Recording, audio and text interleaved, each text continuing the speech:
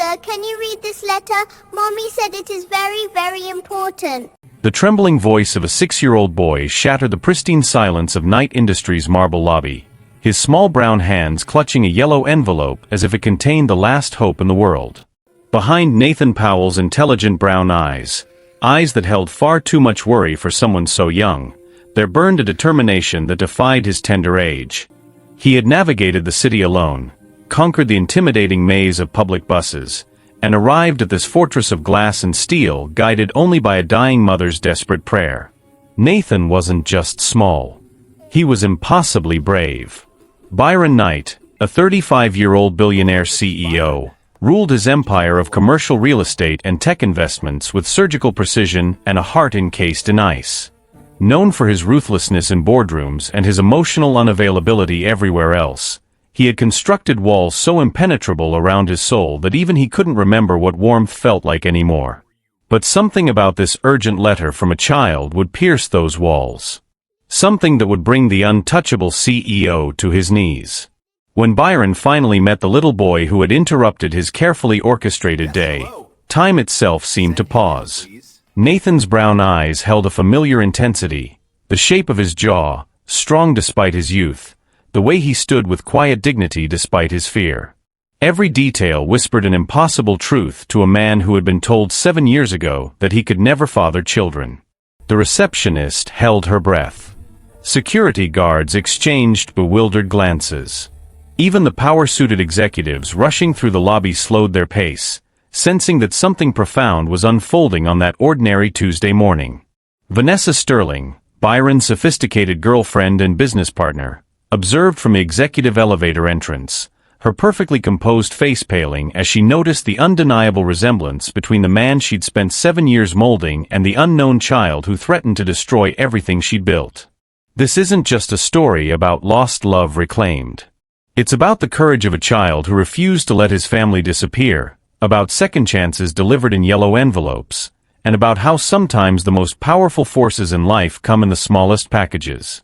Byron Knight was about to discover that his entire existence had been constructed on carefully orchestrated lies. But was Andrea Powell really telling the truth about Nathan? And how far would Vanessa go to protect the empire she'd spent 7 years building beside him? Some letters change destinies. This one was about to bring a billionaire to his knees and rewrite 3 lives forever. Welcome back again, my wonderful family and friends. If you're hooked in and ready to enjoy this story, please like the story, click subscribe, and let me know in the comments where you're watching from, because tomorrow, I will be giving you another story just as interesting as this one. And you don't want to miss it. Thank you specially for sticking around to this very moment. Now back to the story. The autumn rain fell softly against the floor-to-ceiling windows of Knight Industries' downtown headquarters that Tuesday morning, creating rivulets that distorted the city skyline beyond. 6-year-old Nathan Powell stood at the base of the 52-story building, his small fingers clutching a yellow envelope against his chest. His warm brown skin glistened with mist from the rain, and his intelligent brown eyes that reflected a determination far too mature for his young face, stared up at the towering structure that seemed to pierce the gray clouds above. The lobby of Knight Industries buzzed with the controlled chaos of corporate ambition. Men and women in designer suits hurried past polished marble pillars, their expensive shoes clicking against the gleaming floors like a percussion of power. Nathan approached the imposing reception desk, where a woman with perfectly styled auburn hair and a crisp navy blazer sat behind multiple computer screens. "Excuse me, ma'am," Nathan said, his voice barely rising above the ambient noise as he stood on his tiptoes, trying to see over the massive desk. The receptionist, Margaret Chun, looked down with surprise at the unexpected visitor. Her professional demeanor softened instantly at the sight of the small boy, rain-dampened and clutching an envelope like a lifeline. "Well, hello there, sweetheart," Margaret said gently. "Are you lost? Where are your parents?" Nathan shook his head with firm resolve. "I'm not lost. I need to give this letter to the most important man in this building. Mommy said it's very, very important." He held up the envelope with both small hands, presenting it as if it were made of precious glass. Margaret glanced around the lobby, uncertain how to handle this unusual situation. "What's your name, honey?" "Nathan Powell. And this letter is for the boss man. Mommy wrote it, and she said I had to make sure he reads it today because—" Nathan's voice wavered slightly, his brave facade cracking just a fraction. "Because she might not be able to write any more letters soon." The innocence in Nathan's voice, coupled with the gravity of his words, sent a chill down Margaret's spine. She looked at the envelope, noticing the elegant but slightly shaky handwriting that spelled out, "Byron Knight, CEO, urgent and personal." "Sweetie, Mr. Knight is a very busy man. He's in meetings all day," Margaret began, her heart already constricting at the desperation in the child's eyes. "Please," Nathan interrupted, his brown eyes filling with tears that he refused to let fall. His small jaw set with determination. "Mommy said this is the most important letter she's ever written. She said it might save both of us." Margaret felt something shift in her chest. Something about this little boy's quiet desperation resonated with her maternal instincts. Against all company protocol, she picked up her phone and dialed Byron Knight's direct line. 52 floors above, Byron Knight sat in his corner office, a monument to success and isolation. Floor-to-ceiling windows offered a commanding view of the rain-soaked city, but Byron rarely noticed the beauty beyond the glass. His dark brown hair was impeccably styled, his charcoal Tom Ford suit pressed to razor-sharp perfection, and his steel-gray eyes focused intently on acquisition reports spread across his mahogany desk. At 35, Byron had built Knight Industries from a modest commercial real estate firm into one of the most successful tech investment empires in the country. But success had come at a price. His office felt more like a fortress than a workplace, designed to keep the world, and genuine emotion, at a calculated distance. The walls were lined with awards and accolades, framed magazine covers declaring him one of the nation's youngest billionaires, but conspicuously absent were any personal photographs or mementos that might hint at a life beyond corporate achievement. His phone buzzed, interrupting his concentration on a Singapore merger proposal. "Mr. Knight," Margaret's voice came through the intercom, uncertain and apologetic. "I have an unusual situation down here. There's a little boy who insists on delivering a letter to you personally. He says it's urgent." Byron's jaw tightened with irritation. "Margaret, you know I don't have time for—" "Sir, with all due respect, I think you should see this child," Margaret interrupted, something she'd never done in 8 years. The child crossed the city alone. He's only 6 years old. The letter is marked personal and urgent, and he seems genuinely desperate. Byron closed his eyes and rubbed his temples, feeling the familiar tension headache beginning to form. His day was already packed with back-to-back board meetings, and he had no patience for interruptions, especially ones involving children. But Margaret's tone carried a weight he'd never heard before. "Fine," he said curtly. "Send him up. But make it quick." As Margaret escorted Nathan to the executive elevator, the little boy's eyes widened with wonder at the opulent lobby. Crystal chandeliers cast prismatic patterns on the walls, and abstract artwork worth more than most people's annual salaries adorned every corner. But Nathan wasn't intimidated by the grandeur. He was focused solely on his mission, his small hand gripping the yellow envelope tighter. The elevator ride to the 52nd floor felt like an eternity. Nathan pressed his face against the glass wall of the elevator, watching the city shrink below him, buildings becoming tiny as they rose higher and higher. "It's like flying," he whispered to Margaret, who smiled despite her nervousness about breaking protocol. When the elevator doors opened with a soft chime, Nathan found himself in an executive suite that looked more like a luxury penthouse than an office space. Thick Persian rugs covered polished hardwood floors, and original paintings hung between mahogany-paneled walls. Margaret led him down a corridor lined with conference rooms, each equipped with the latest technology. "Mr. Knight's office is just through those doors," she said gently, pointing to a set of imposing double doors at the end of the hallway. "Remember, he's very busy, so try to be brief, okay?"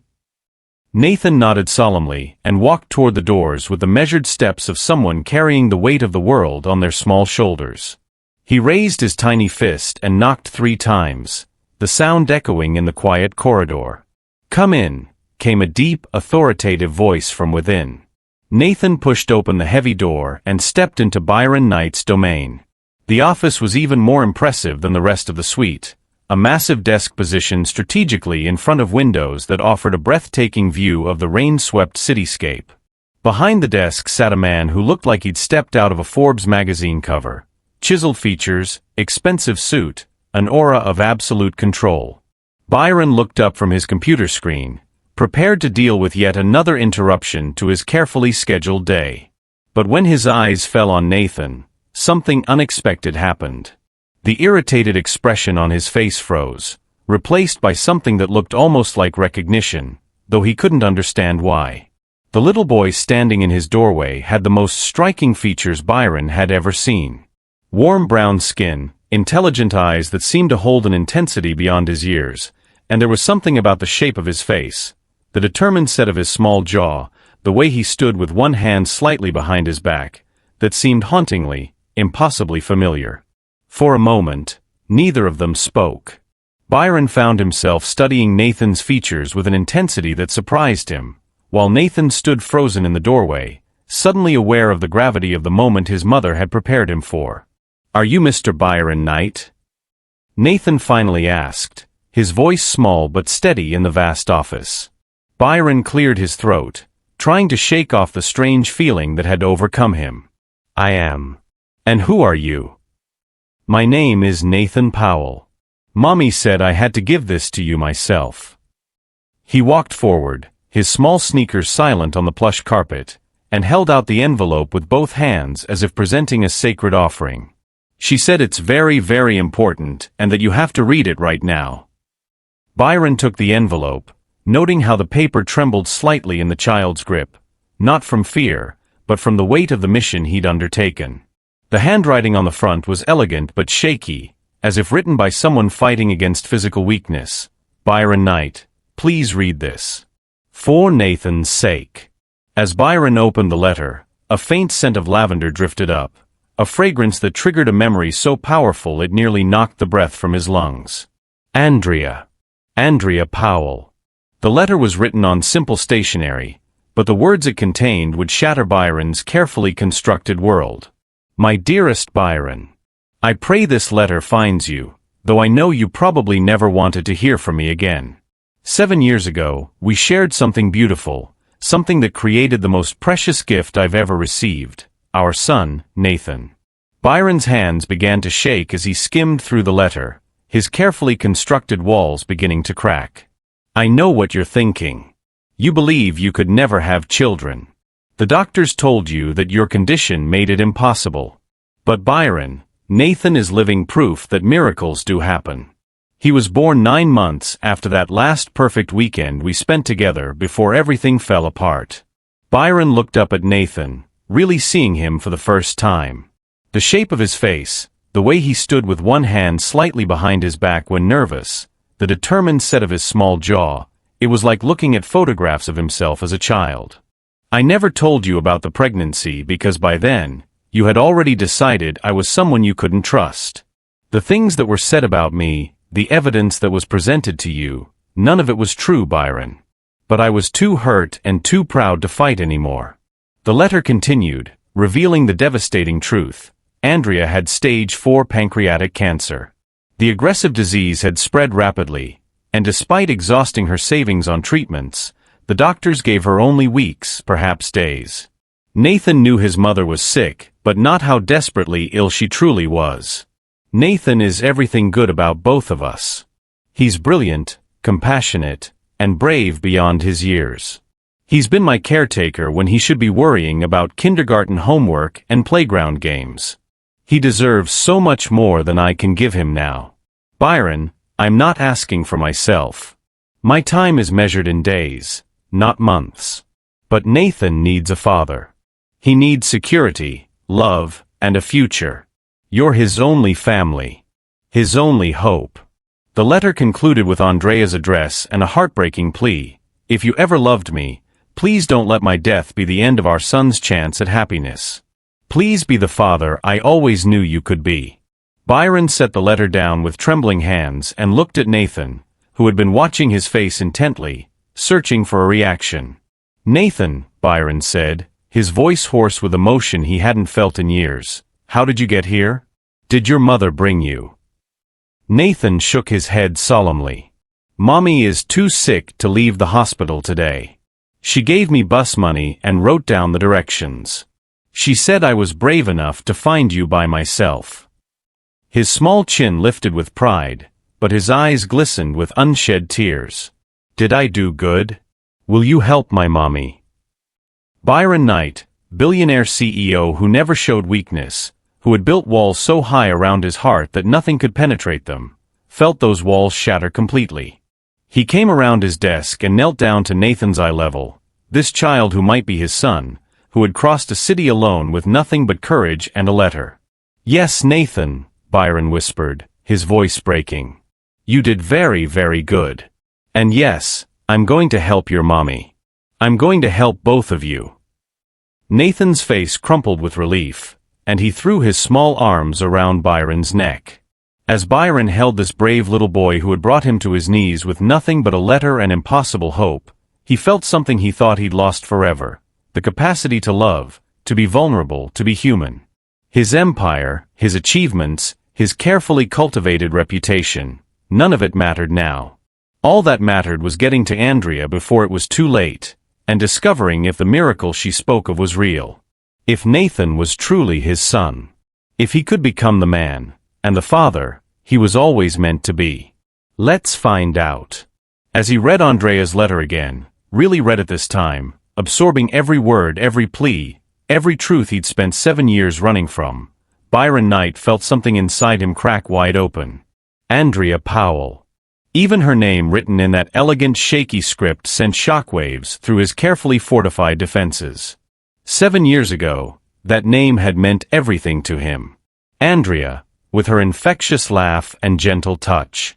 Andrea, who had made him believe that success meant nothing without someone to share it with. Andrea, who he'd planned to marry before his world had come crashing down in a storm of lies and betrayal. Or what he'd believed was betrayal. Byron's hands trembled as he continued reading, the weight of each word settling into his chest like stones. The letter was longer than he'd initially realized, and as he read deeper, the full scope of Andrea's desperation, and her devastating truth, became impossible to ignore. "I know what you must be thinking," the letter continued. "The doctors told you that childhood bout with mumps had left you sterile. That children would never be possible for you. But Byron, I need you to understand, medical diagnoses aren't always absolute. Nathan exists. Our son exists. He was born 9 months after that last perfect weekend we spent together, before everything fell apart between us." Byron's eyes moved from the letter to the small boy standing before him again. Nathan stood perfectly still, his brown eyes watching Byron's face with an intensity that seemed far too perceptive for a 6-year-old. And now, looking at him with the knowledge of what the letter claimed, Byron couldn't deny what he saw. The shape of Nathan's jaw, strong and determined even in his youth. The way he stood with quiet dignity, one hand slightly behind his back, just as Byron did when he was uncertain. Even the shape of his hands, long fingers, the same slightly crooked pinky that Byron had inherited from his own father. It was like looking at a photograph of himself as a child, reflected back through time. "I never told you about the pregnancy."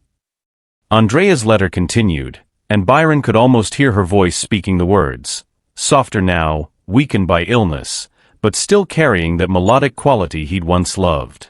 "By the time I discovered I was carrying our child, you had already decided I was someone you couldn't trust. You wouldn't take my calls.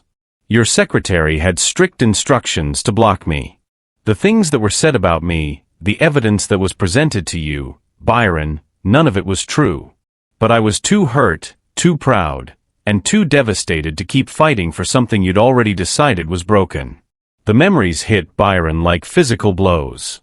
7 years ago, he'd been a different man, younger, more idealistic, still believing in the possibility of love. He and Andrea had been planning their future together when Vanessa Sterling, then a junior executive at Knight Industries, had come to him with photographs. Pictures that appeared to show Andrea with another man, intimate moments captured in grainy but damning detail. Then came the anonymous phone calls, different voices, different witnesses, all claiming to have seen Andrea's betrayal. The evidence had seemed overwhelming, irrefutable. Byron remembered the day he'd confronted Andrea, how she denied everything with tears streaming down her face in her weak janitor uniform. He remembered her desperate pleas for him to believe her, to trust what they had together. And he remembered the cold, calculated way he'd shut her out of his life, convinced that her tears were just another manipulation. Vanessa had been there through it all, offering comfort, understanding, strategic advice. She'd helped him move on, positioning herself gradually from colleague to confidant to girlfriend.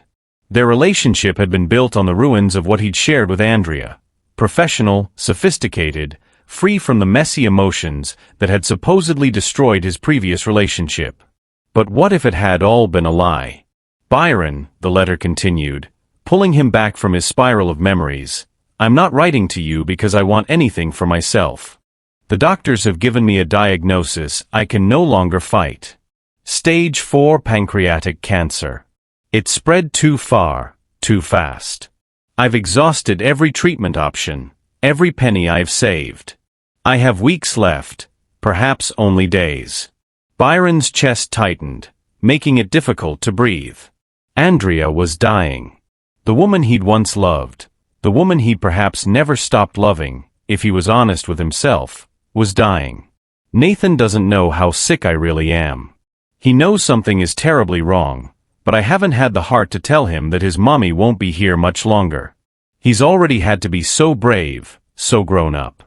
At 6 years old, he's been my caretaker, my strength, my reason to keep fighting when the pain becomes unbearable. Byron looked at Nathan again, seeing him with new eyes. This wasn't just a child who'd delivered a letter. This was a little boy who'd been thrust into an adult world of illness and responsibility, who'd navigated a city alone because his dying mother had no other options. Nathan is everything good about both of us, Andrea wrote. He has your intelligence, your determination, that quiet strength you always carried. But he also has compassion, kindness, and a heart that hasn't learned to build walls yet. He deserves so much more than I can give him now. He deserves a father who can provide for him, protect him, and show him that love doesn't have to be a weakness. The words cut through Byron like a blade. Love doesn't have to be a weakness. For 7 years, he'd treated it exactly that way, as a vulnerability to be eliminated, a risk to be managed away. Byron, I'm not asking for myself. My time is measured in days, not months. But Nathan needs a father. He needs security, stability, and a future that doesn't end when I do. You're his only family. His only hope. If you ever loved me, if any part of what we shared was real, please don't let my death be the end of our son's chance at happiness. The letter concluded with Andrea's address at Metropolitan Hospital and a final line that shattered what remained of Byron's defenses. Please be the father I always knew you could be. The man I fell in love with is still in there somewhere, beneath all those walls. Nathan needs that man. I'm trusting you with the most precious thing I'll ever leave behind. Byron set the letter down with trembling hands, his vision blurred. When had he started crying? CEOs didn't cry. Byron Knight didn't show weakness.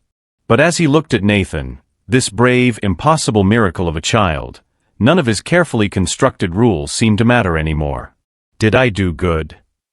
Nathan asked softly, his small voice cutting through the silence. Will you help my mommy? The question, so simple, so trusting, so achingly hopeful, brought Byron to his knees. Literally.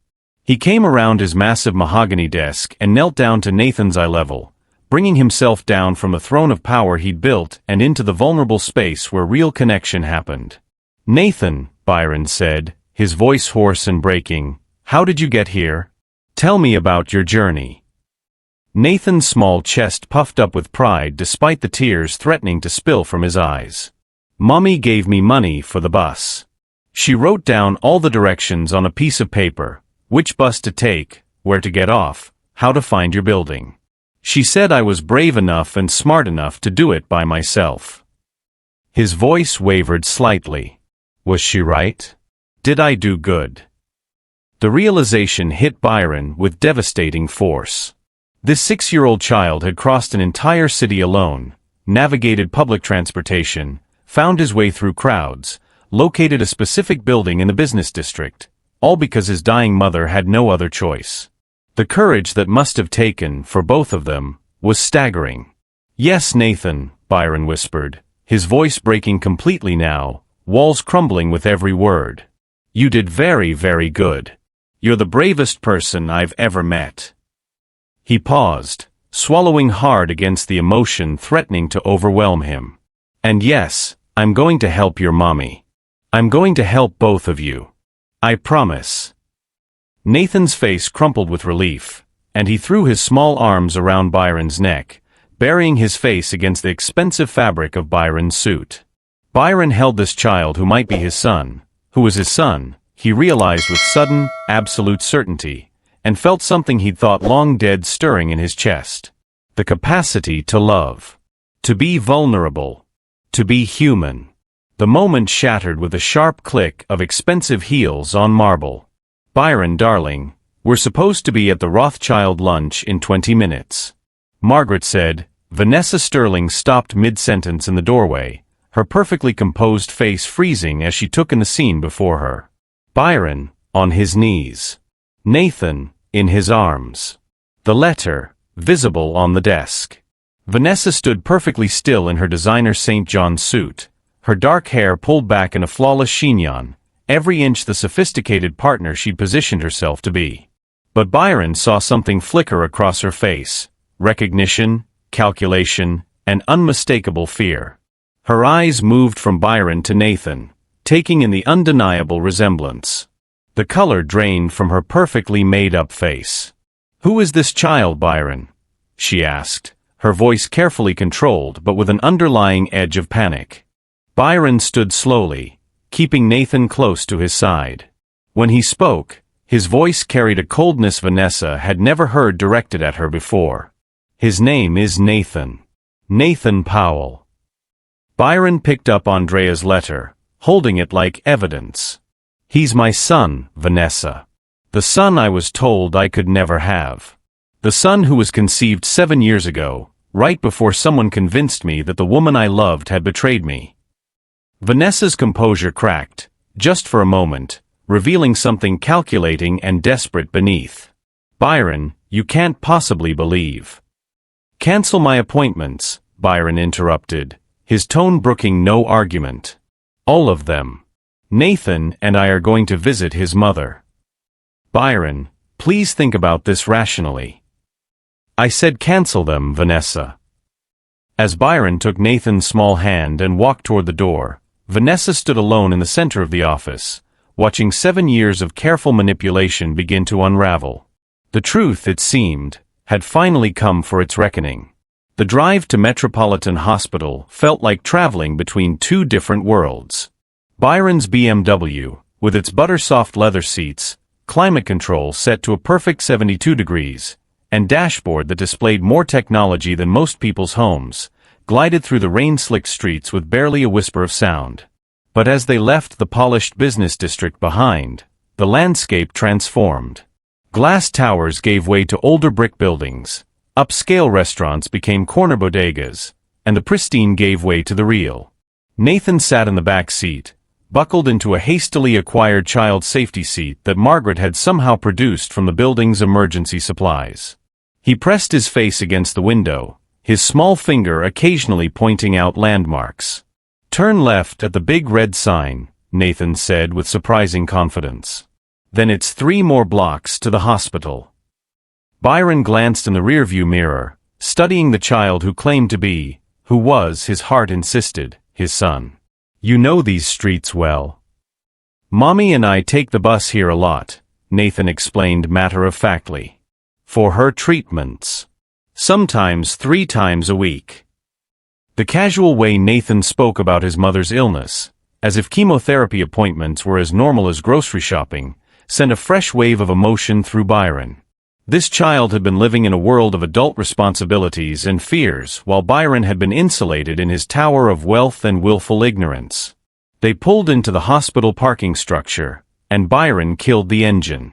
For a moment, he sat frozen, hands gripping the steering wheel. Fear, an emotion he'd spent years training himself not to feel, coursed through him.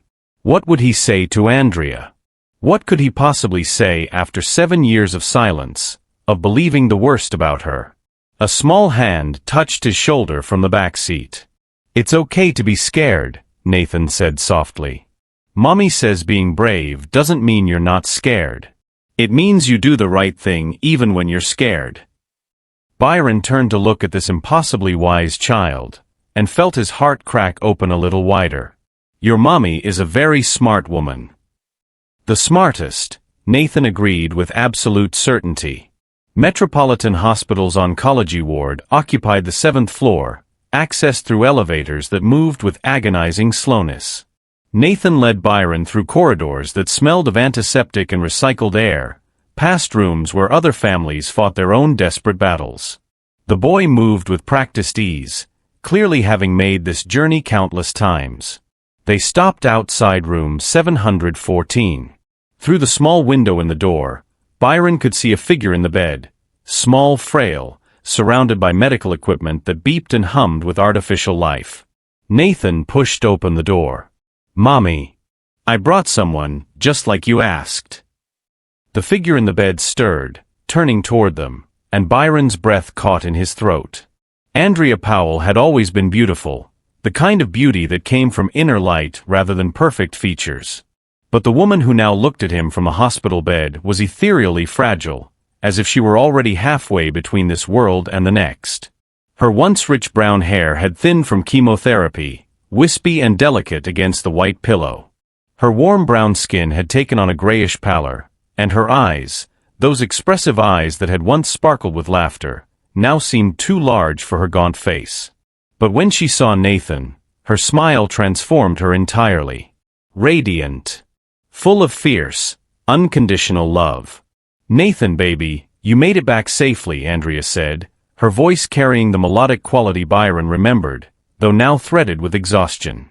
She opened her arms, and Nathan ran to her, careful not to jostle the 4 lines as he climbed onto the bed for a gentle hug. Then her eyes met Byron's over Nathan's head, and 7 years collapsed between them like a house of cards. "Hello, Byron," Andrea said softly. "Andrea." Byron found his voice barely functional. Seeing her like this, clearly ill, clearly fighting for every moment, brought back every emotion he'd spent years suppressing. "I got your letter." Nathan pulled back, looking between the 2 adults with that penetrating gaze Byron was coming to recognize. "Mommy, is this my daddy?" Andrea's eyes filled with tears as she looked at her son, then at Byron. Her hand trembled as she touched Nathan's face. "Sweetheart, this is Byron Knight. He's someone very special who knew Mommy a long time ago." Byron moved closer to the bed, bringing himself into the small circle of fluorescent light. Up close, the resemblance between himself and Nathan was even more striking. They had the same eyes, not just the color, but the shape, the way they reflected light. The same strong jawline, the same way of tilting their heads when thinking. "Nathan," Byron said carefully, kneeling beside the bed to bring himself to the child's eye level, "your mommy and I need to talk about some grown-up things. Would you mind sitting in the waiting room for a little while? I saw some toys out there." Nathan looked to his mother for permission. Andrea nodded, squeezing his hand. "It's okay, baby. We won't be long." After Nathan left, though Byron suspected the boy would find a way to listen from just outside the door, an awkward silence settled over the room. The steady beep of monitors filled the space between them, counting out Andrea's heartbeats like a ticking clock. "I wasn't sure you'd come," Andrea finally said, her voice barely above a whisper. "When Nathan said he was going to find you and deliver the letter himself, I was terrified. But he was so determined, and I'm running out of options." Byron pulled a chair close to the bed, sitting heavily. "Andrea, I need to know the truth. Is Nathan really my son? Andrea met his gaze steadily, despite the tears streaming down her pale cheeks. Byron, I swear to you on everything I hold sacred, on Nathan's life, he is your son. He was conceived that last night we spent together, before everything fell apart between us. I found out I was pregnant 2 weeks after we broke up. But the doctors told me I was sterile, Byron said, confusion and hope warring in his voice. After that bout of mumps when I was 15, they said. Medical tests can be wrong, Andrea interrupted gently. Or maybe the situation changed. I don't know the medical explanation, Byron. All I know is that Nathan exists, and he's ours. Byron was quiet for a long moment, processing the implications. Why didn't you tell me when you found out you were pregnant? Why let me believe all these years that I could never have children? Andrea's composure finally cracked completely, sobs shaking her frail frame. Because you thought I had betrayed you. You wouldn't take my calls. Your secretary had strict instructions to block me. I came to your office 3 times, and security escorted me out each time. I tried, Byron. God knows I tried so hard to reach you, but you had already decided I was a liar and a cheat. The pain in Andrea's voice was raw and immediate, bringing back memories Byron had worked hard to bury. He remembered his own agony during that time, the way her supposed betrayal had shattered something fundamental inside him. The evidence seemed overwhelming, Byron said quietly. The photos of you with another man. The witnesses who claimed to have seen you. The anonymous phone calls. What was I supposed to think? Andrea's eyes widened with confusion. What photos? Byron, what are you talking about? What witnesses? Byron stared at her. The photos Vanessa showed me. Pictures of you with some man, intimate moments. She said. He stopped, pieces of a puzzle beginning to fall into horrifying place. Andrea, are you telling me you have no idea what I'm talking about? I never cheated on you, Byron. I never even looked at another man the entire time we were together. Andrea's voice carried absolute conviction. You were everything to me. I don't understand. What evidence? Who told you these things? Before Byron could answer, Nathan appeared in the doorway, his young face creased with concern. Mommy, why are you crying? Are you sicker? Andrea quickly wiped her tears, forcing a smile. No, baby. These are happy tears. I'm crying because I'm happy that Mr. Byron came to visit us. Nathan studied both adults with that unsettling perceptiveness, then walked directly to Byron. Are you going to help us now? Byron looked at this brave child, then at Andrea, the woman he'd loved and lost and perhaps never really stopped loving, and felt the last of his carefully constructed walls crumble. Yes, he said, his voice thick with emotion. Nathan, I need to do some tests to make sure, but I believe you're my son. And regardless of what those tests say, I'm going to make sure you and your mommy get everything you need. Tests? Nathan asked, tilting his head curiously. Special medical tests that prove families match, Byron explained. Like a puzzle. Mommy has lots of tests, Nathan said seriously. She's very brave about them. Byron turned back to Andrea. Tell me about your medical situation. Your letter mentioned stage 4 pancreatic cancer. Andrea's expression shifted from hope to resignation. It's terminal, Byron. It had already metastasized by the time they found it. I've been through 2 rounds of chemotherapy, but... She trailed off, the unfinished sentence hanging heavy in the air. What about other treatment options? Byron pressed. There have to be other options. There's an experimental treatment protocol at Seattle Cancer Care Alliance, Andrea admitted. It's shown some promise in similar cases. But my insurance won't cover it, and the cost. She laughed bitterly. The cost is more money than I've made in the last 5 years combined. Over $200,000 just for the first phase. Byron's jaw tightened. $200,000. He spent more than that on his car. The stark difference between their worlds hit him with stunning clarity. "You're starting that treatment," Byron said firmly. "Immediately. I'll handle the costs." Andrea stared at him in shock. "Byron, you can't possibly." "Yes, I can." He interrupted, his voice carrying the authority of a man accustomed to making decisions worth millions. "Nathan needs his mother. And I." He paused, surprised by the emotion in his own voice. "I can't lose you again. Not like this. Not when I just found out that everything I believed was a lie." "A lie," Andrea whispered. "Someone set us up 7 years ago," Byron said grimly. "Someone wanted us apart badly enough to fabricate evidence, to destroy what we had. And I'm starting to have a very good idea who." From the hallway came Nathan's voice, talking to what sounded like a nurse. "That's my daddy in there with my mommy. He's going to make everything better." The innocent certainty in Nathan's voice cut through Byron's heart like a blade.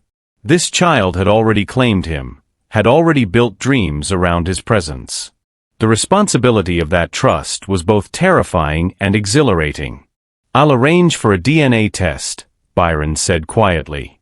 "Not because I don't believe you, but because Nathan deserves legal documentation. He deserves every protection, every right that comes with being my son." Andrea nodded, understanding. "Of course. Whatever you need. In the meantime, I'm making some calls about your treatment." Byron pulled out his phone. "There's no reason to wait for test results to get you the medical care you need." As Byron began dialing, first his personal physician, then his attorney, then the director of Seattle Cancer Care Alliance, Andrea watched him with an expression of wonder and gratitude that made him feel simultaneously heroic and ashamed. Heroic for stepping up now. Ashamed for all the years he'd lost. "Byron," Andrea said softly, and he paused mid-call. "Why are you doing this? After everything that happened between us, why are you willing to help?" Byron looked toward the doorway where Nathan hovered, trying to appear nonchalant while clearly listening to every word. Then he looked back at Andrea, at the woman who'd given him a son, who'd raised that remarkable child alone through impossible circumstances, who'd loved him enough to keep fighting even when dying. "Because 7 years ago, I lost the two most important things in my life," Byron said simply. "You and the family we could have had together. I may not understand what happened back then, but I'm not going to make the same mistake twice." A tear rolled down Andrea's cheek, but she was smiling. "Nathan's right, you know. You're going to make everything better." Byron wasn't sure about that.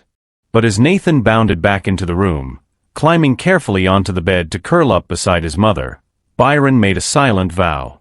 Whatever it took, whatever it cost, whoever had orchestrated their separation, he would make this right. The letter that had brought him to his knees was already lifting him to heights he'd never imagined. Not heights of power or wealth, but something far more precious. The heights of being truly, completely human. Byron's penthouse had never felt more like a gilded cage. He stood at the floor-to-ceiling windows overlooking the glittering city, millions of lights representing millions of lives, each one probably more authentic than the existence he'd been living. The imported Italian marble beneath his feet, the custom furniture that cost more than most people earned in a year, the original artwork adorning walls designed by an award-winning architect, all of it felt hollow and meaningless after spending hours in Andrea's sterile hospital room, where love existed despite having nothing. The rain had stopped, leaving the city washed clean and gleaming. But Byron felt dirty, contaminated by 7 years of lies he was only beginning to understand. Behind him, he heard the sharp click of expensive heels on marble. He didn't need to turn around to know who it was. Byron finally, Vanessa Sterling's voice carried that perfectly modulated tone, concerned but controlled, loving but measured. "I've been worried sick. You've been gone for hours." Byron turned slowly. Vanessa stood in the center of his living room wearing an elegant black cocktail dress that emphasized her model-thin figure. Her dark hair was styled in soft waves, her makeup flawless, her diamond earrings, a gift from him last Christmas, catching the light. She'd clearly gone home to change, to prepare for what she expected to be an important conversation about their future. She had no idea their future had ended the moment Nathan Powell walked into his office. How did it go with that woman and her child? Vanessa asked, her smile not quite reaching her eyes. Her name is Andrea, Byron said quietly, his voice carrying a coldness that made Vanessa's smile falter. Andrea Powell. And his name is Nathan. You should probably start using their names, since they're about to become a significant part of my life. Vanessa's carefully constructed composure flickered. Byron, darling, I know this must be overwhelming. Some woman from your past shows up with a child, claims he's yours. It's obviously a manipulation. We need to think about this rationally. Rationally, Byron repeated, walking to the bar cart and pouring himself a Scotch, Macallan 25, liquid gold at $2,000 a bottle. He took a drink, letting the burn ground him. You're right. Let's be rational. Andrea has stage 4 pancreatic cancer. Terminal.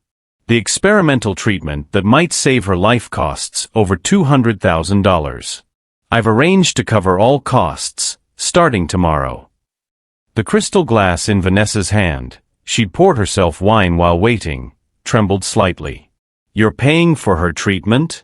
Byron, that's very generous, but surely you can't seriously believe. Nathan is my son.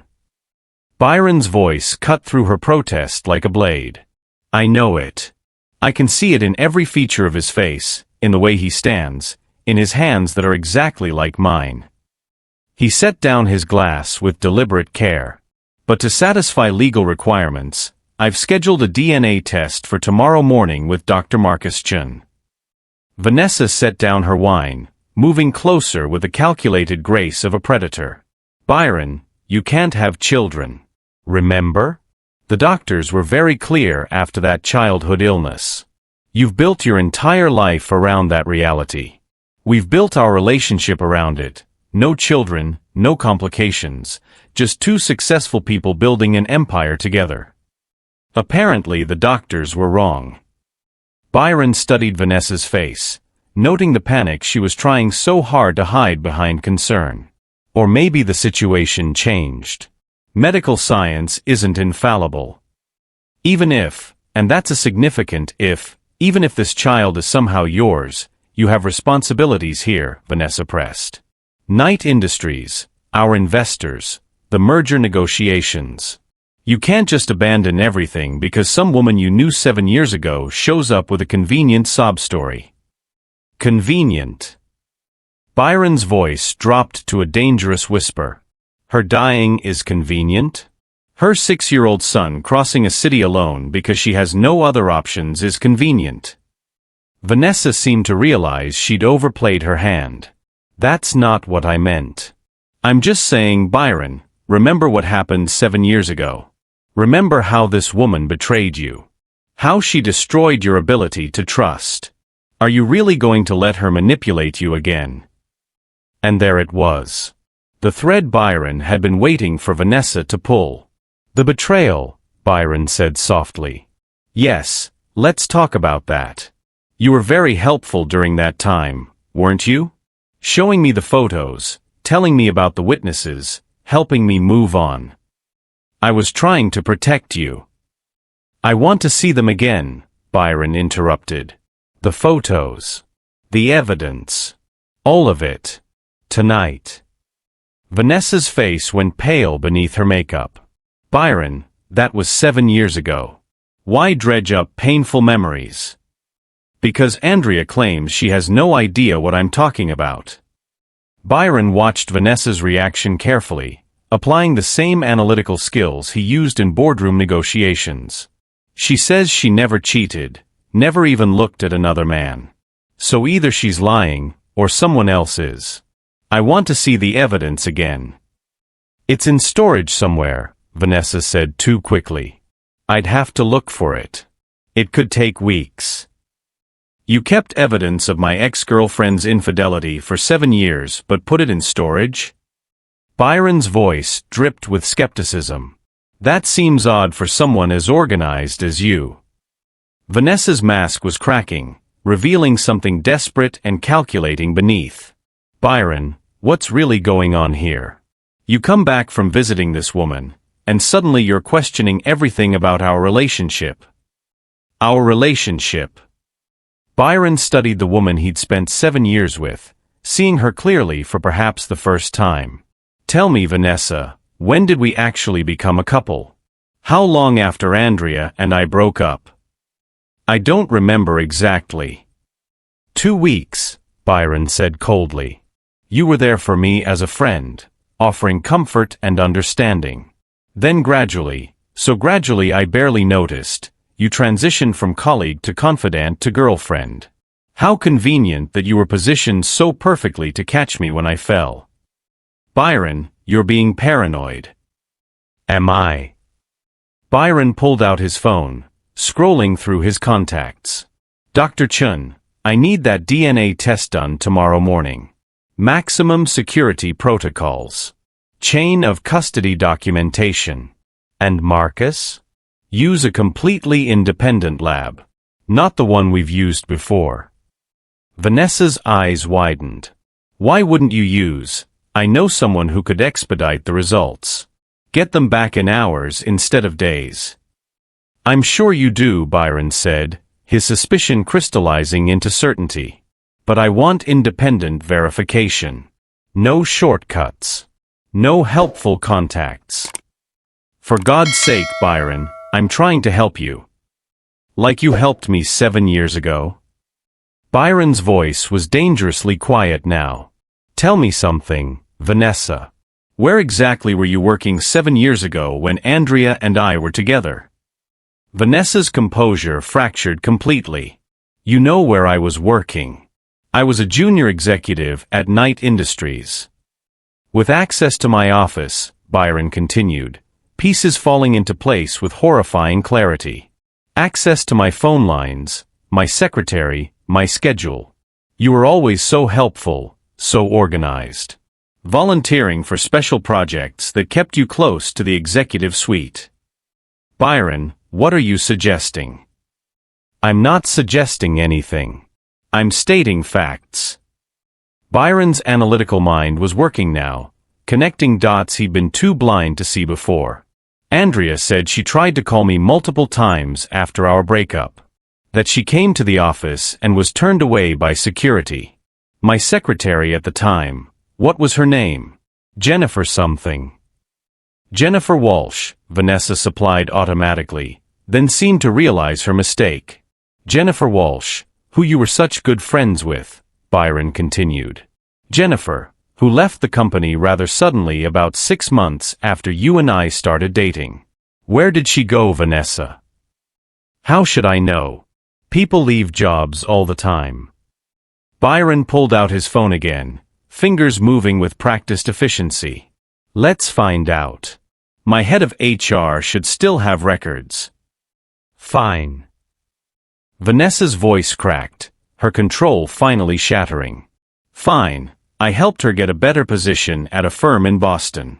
She was struggling financially, and I had connections. Is that a crime? It is if you paid her to block Andrea's calls and turn her away from the building, Byron said coldly. The silence that followed was deafening. Vanessa stared at him, her mouth opening and closing soundlessly, realizing she'd revealed too much. Byron's phone buzzed. A text from Margaret. Sir, I found something while organizing old files. I think you need to see this. Coming to your apartment in 20 minutes, if that's acceptable. You destroyed us, Byron said quietly, his controlled fury more terrifying than any outburst. You systematically, methodically destroyed my relationship with Andrea. You fabricated evidence, paid off witnesses, blocked her attempts to reach me. And then you positioned yourself perfectly to catch the pieces. I love you. Vanessa's desperation finally broke through, her voice rising. I did it because I love you, because I could see that woman wasn't right for you. She was a janitor, Byron. A cleaning woman who worked night shifts in your building. What kind of future could you have had with her? The admission hung in the air like poison gas. Byron felt something cold and final settle in his chest. Andrea was working 2 jobs to put herself through night school. She was studying business administration. She had dreams, ambitions, plans for a better future. But I never got to see any of that because you took those years from us. We can work through this, Vanessa pleaded, reaching for him. Byron, please. We've built something together. Don't throw it away because of some fantasy about what might have been. Byron stepped back from her touch as if it burned. What exactly have we built, Vanessa? A relationship based on lies? A partnership founded on manipulation? You didn't love me. You loved the idea of being Mrs. Byron Knight. You loved the status, the wealth, the power. That's not true. If Nathan is my son, and we both know he is, he's moving in here immediately, Byron stated flatly. This is his home now. His and Andrea's, if she's strong enough to be moved from the hospital. Vanessa's expression shifted from desperation to something uglier. You can't be serious. You're going to destroy our life, our future, for some dying woman's sob story? For a child you've known for all of 5 hours. Our life. Byron laughed, a harsh, bitter sound. We never had a life, Vanessa. We had a carefully constructed illusion. And yes, I'm going to blow that illusion apart for my son. For the woman I should have married 7 years ago. For the family I was robbed of. I'm on the board of directors, Vanessa said, her voice turning cold and calculating. I have influence with the major investors. If you think you can just cast me aside, you're wrong. I'll fight you, Byron. I'll make things very difficult. Byron met her threat with the cold corporate persona that had built his empire. Try it. I own 51% of voting shares. I can remove you from the board with a simple majority vote. And I promise you, after what you've done, I will use every resource at my disposal to ensure you never work in this industry again. The building's doorman buzzed. Sir, Margaret Chun is here to see you. Should I send her up? Yes, Byron said without taking his eyes off Vanessa. Send her up immediately.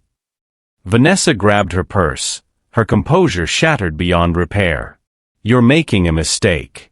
When this falls apart, and it will, don't come crying to me. The only mistake I made was believing you 7 years ago, Byron replied, and trusting you for 7 years after that. Get out, Vanessa. We're done. As Vanessa stalked toward the elevator, her heels clicking an angry staccato on the marble, Byron felt something unexpected wash over him. Not regret. Not sadness. But a strange sense of liberation, as if chains he'd been wearing for 7 years had finally fallen away. The elevator doors closed on Vanessa Sterling, and Byron stood alone in his penthouse, truly alone for the first time in years. But not for long. Nathan would be here soon. And if the treatments worked, Andrea would be too. His gilded cage was about to become a home. Byron didn't sleep that night. Instead, he sat in his home office, the room that had witnessed countless late-night strategy sessions for mergers, acquisitions, and hostile takeovers, applying the same methodical approach to something infinitely more important. Legal pads covered his desk, filled with lists, timelines, and action items. But this time, he wasn't planning corporate conquest. He was planning how to save a life and build a family. At 4 a.m., he was researching pancreatic cancer survival rates, experimental treatments, and clinical trial success stories. At 5:30 a.m., he was reviewing the credentials of every oncologist at Seattle Cancer Care Alliance. By 6 a.m., when the first hints of dawn painted the sky beyond his windows, he had a plan. The moment the clock struck 7 a.m., a respectable hour to make business calls, Byron was on the phone. Marcus, it's Byron Knight, he said when Dr. Marcus Chin answered on the second ring. I need that DNA test scheduled for this morning. Both the child and I will be there at 9 a.m. Maximum security protocols, chain of custody documentation, and I want the samples sent to 3 independent labs for verification. 3 labs. Dr. Chun sounded puzzled. Byron, that's excessive. I have reason to believe someone might attempt to tamper with the results, Byron said coldly. 3 labs. Different couriers. Complete documentation of who handles the samples at every step. Can you arrange it? There was a pause. You're serious about this? More serious than I've ever been about anything in my life. I'll make it happen. 9 a.m. My office. The next call was to Dr. Sarah Richardson, Director of Oncology at Seattle Cancer Care Alliance. Byron had donated enough money to the facility over the years to warrant a direct line to her personal cell phone. Dr. Richardson, Byron Knight. I need your team's immediate attention for a stage 4 pancreatic cancer patient. Andrea Powell, currently at Metropolitan Hospital. I want her transferred to your facility today, and I want her enrolled in the most promising experimental protocol you have. Mr. Knight, I'd need to review her case file before. I'm emailing you her medical records now, Byron interrupted, his fingers already moving across his laptop keyboard. I want your best oncologist, the newest protocols, no expense spared. Whatever it takes to save her life. Dr. Richardson's tone shifted from professional courtesy to genuine engagement. Let me look at these records. Can you give me an hour? 30 minutes. I'll be at your facility this afternoon to discuss the treatment plan in person. By 8 a.m., Byron had also arranged for a private nursing service, authorized meal delivery to Andrea's hospital room, and scheduled a call with his family attorney to discuss paternity rights and custody arrangements. He approached Andrea's illness with the same ruthless efficiency he'd applied to building his empire, except this time, the stakes were infinitely higher than profit margins. At 8:30 a.m., Byron pulled up to Metropolitan Hospital with his BMW loaded with grocery bags. He'd stopped at an upscale market and bought everything he could think of that a 6-year-old might like: fresh fruit, juice boxes, whole grain cereals, organic snacks, along with comfort foods for Andrea. He knocked on the door to room 714, and Nathan's face appeared almost immediately, breaking into a wide grin. Byron. The boy threw open the door. You came back.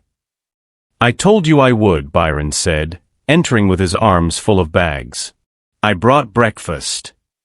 Andrea sat up in bed, looking slightly stronger than she had the day before, or perhaps it was just hope giving her color. Byron, you can't keep. Watch me, Byron interrupted with a small smile, beginning to unpack the groceries onto the small rolling table. Nathan, I wasn't sure what you liked, so I got a variety. What sounds good?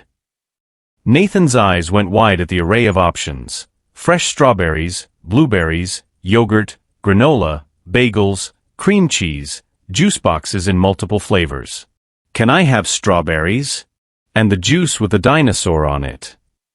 You can have whatever you want, Byron assured him, then looked at Andrea. What about you? I got some ginger tea. I read that it's supposed to help with nausea from chemo. Andrea's eyes filled with tears.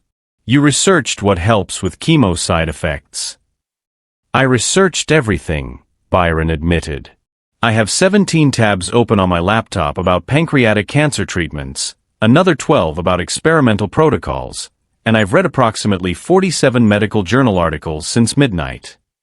Despite her tears, Andrea laughed, a real laugh that reminded Byron achingly of the woman she'd been 7 years ago. That sounds like the Byron I remember. When you commit to something, you commit completely. As they shared breakfast, Nathan chattering excitedly about his favorite dinosaurs, asking Byron if he knew that some dinosaurs had feathers, and explaining in elaborate detail about the difference between the Cretaceous and Jurassic periods, Byron felt something unfamiliar and wonderful settling in his chest.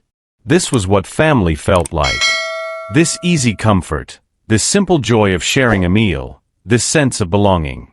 Andrea watched them interact with tears streaming silently down her face, but when Byron caught her eye, she was smiling. At 9 a.m. sharp, Byron, Andrea, and Nathan arrived at Dr. Chen's office. The DNA test itself was remarkably simple, just cheek swabs from both Byron and Nathan, but Dr. Chen explained the elaborate security measures Byron had requested. Nathan was fascinated by the entire process. "How do you know if we match?" he asked the lab technician, who was carefully labeling the samples. "Well, everyone has special genetic markers, like a unique code, that they get from their mommy and daddy," the technician explained patiently. "If Mr. Byron is your daddy, you'll have some of the same markers he has." "Like a puzzle," Nathan exclaimed, looking at Byron with excitement. "That's what you said." "Exactly like a puzzle," Byron confirmed, ruffling Nathan's hair, a gesture that felt both natural and profound. This child, who he'd known for barely 24 hours, had already carved out a space in his heart. Dr. Chen pulled Byron aside while the technician finished the documentation. "I'll have preliminary results in 48 hours, but Byron," he gestured toward where Nathan was showing Andrea how he'd been so brave during the cheek swab, "I don't think you need a test to tell you what you already know." "No," Byron agreed quietly. "But Nathan deserves the legal protection that comes with official documentation." At 2 p.m., they arrived at Seattle Cancer Care Alliance, where Dr. Richardson and her team were waiting. Andrea was clearly exhausted from the morning's activities, but she insisted on staying conscious for the medical consultation. Byron sat beside her as Dr. Richardson explained the experimental protocol, a combination of targeted chemotherapy and immunotherapy that had shown promising results in recent trials. "I'm not going to lie to you, Ms. Powell," Dr. Richardson said with kind honesty. "Your cancer is extremely aggressive, and it's already metastasized. But this protocol has achieved remission in 30% of similar cases. With immediate treatment, aggressive dosing, and careful monitoring, you have a fighting chance." 30%, Andrea whispered, her hand finding Byron's and squeezing tight. "Better odds than you had yesterday," Byron said firmly. "When do we start?" "We can admit you today and begin treatment tomorrow morning," Dr. Richardson replied. "But Ms. Powell, I need you to understand, this will be difficult. The side effects can be severe, and you'll need extensive support." "She'll have it," Byron stated with absolute certainty. "Whatever she needs. Private room, private nursing, anything that increases her chances." Dr. Richardson smiled. "Mr. Knight, your generosity is noted, but what Ms. Powell needs most is family support. Someone to be there during the difficult days, to help with practical matters, to give her reasons to keep fighting." Byron looked at Nathan, who was coloring in the waiting room but glancing anxiously toward the consultation room every few minutes. Then he looked at Andrea, whose hand was still gripping his like a lifeline. "She has family," Byron said quietly. "She has us." After the consultation, Byron insisted on taking them to Nathan's favorite restaurant, a child-friendly pizza place with arcade games and a play area. Nathan carefully selected a pizza with vegetables because Mommy says they're important, then proceeded to tell Byron elaborate stories about his teacher, his friends, and his dream of being a paleontologist. "A paleontologist," Byron repeated, impressed. "That's quite an ambitious career choice for a 6-year-old. "Nathan's been reading college-level books about dinosaurs since he was 4, Andrea said with obvious pride. "He taught himself from library books." Byron studied his son with new appreciation. "You know, there's an excellent natural history museum downtown. Maybe we could visit together sometime." Nathan's face lit up like Christmas morning. "Really? They have a T-Rex skeleton. A real one." "Then we'll definitely go," Byron promised. "This weekend if you want." As they ate, Byron learned about Andrea's sacrifices, working double shifts while Nathan was a baby, taking night classes while Nathan slept, reading to him every night no matter how exhausted she was. He learned about Nathan's wisdom beyond his years, how he'd learned to be quiet when Mommy needed rest, how he'd figured out bus routes to the hospital so he could visit when she was admitted. Each story broke Byron's heart a little more, while simultaneously filling it with fierce love for both of them. By 5 p.m., Andrea was fading. The exhaustion of the day's activities had drained what little energy she had. Byron carried her to the car. She weighed almost nothing, frighteningly light in his arms, while Nathan followed with their belongings. During the drive back to Andrea's apartment, Nathan fell asleep in the back seat, his small head lolling against the car seat. Byron glanced at Andrea in the passenger seat, finding her watching him with an expression he couldn't quite read. "Why are you doing all this?" she asked softly. "The treatment, the doctors, spending your entire day with us. Byron, you don't owe me anything." Byron was quiet for a long moment, navigating the evening traffic while searching for words adequate to express what he was feeling. 7 years ago, he finally said, "I lost the two most important things in my life. You and the family we could have had together. I lost them because I believed lies, because I let someone manipulate me into throwing away something precious." He stopped at a red light and turned to face her fully. "I may not understand everything that happened back then.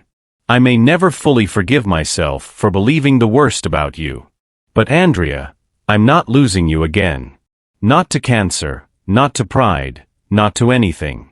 I'm not walking away this time." Andrea's eyes filled with tears. "I never stopped loving you," she whispered. "Even when I was angry, even when I was hurt, even when I told myself I was over you, I never stopped." "I never stopped either," Byron admitted, the confession feeling like both a relief and a wound. "I just buried it. Convinced myself that what we had wasn't real, that I was better off alone.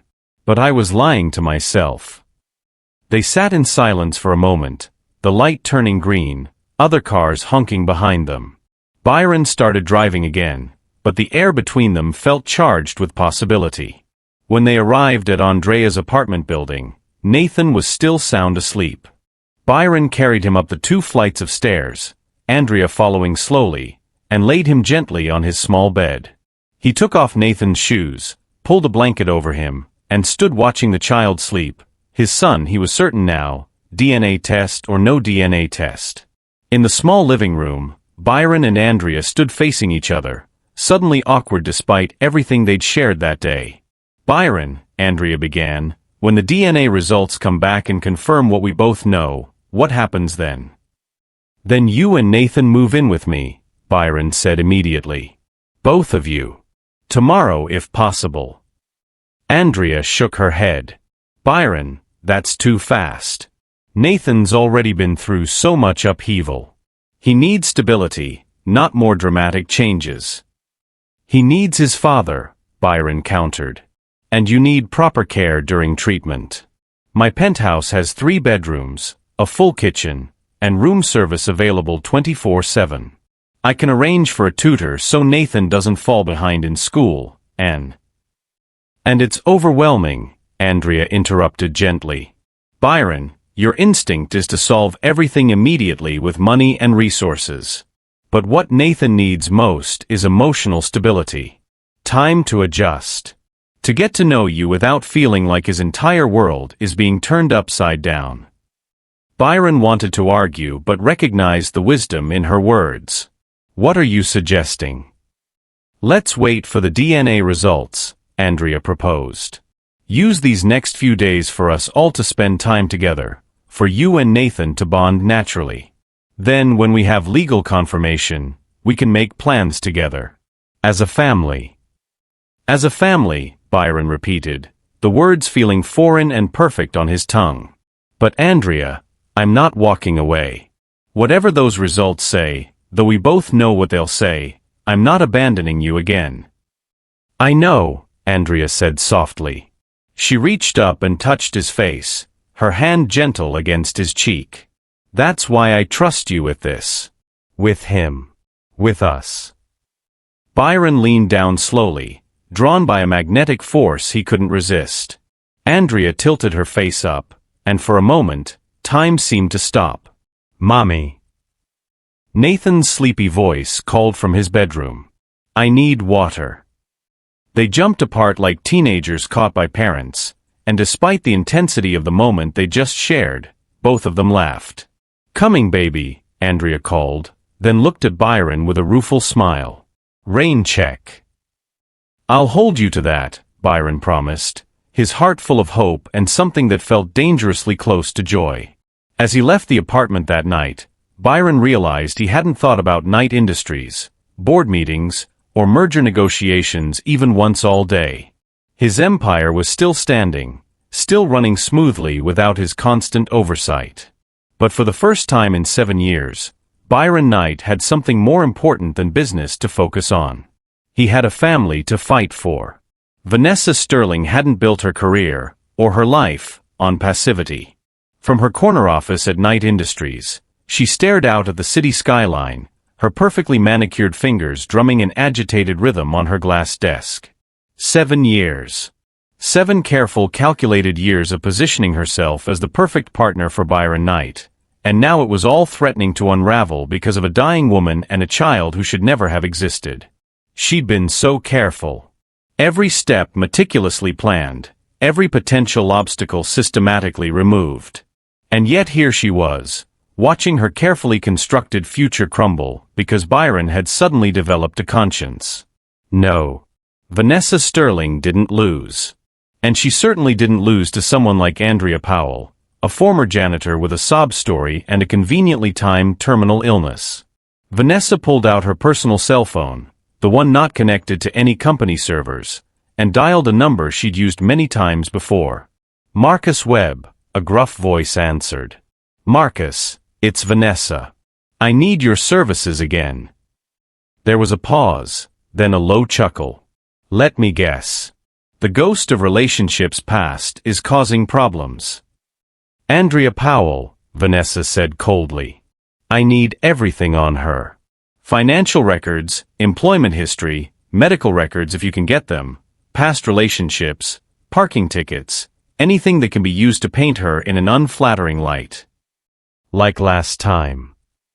Marcus's voice carried a knowing tone. "Exactly like last time."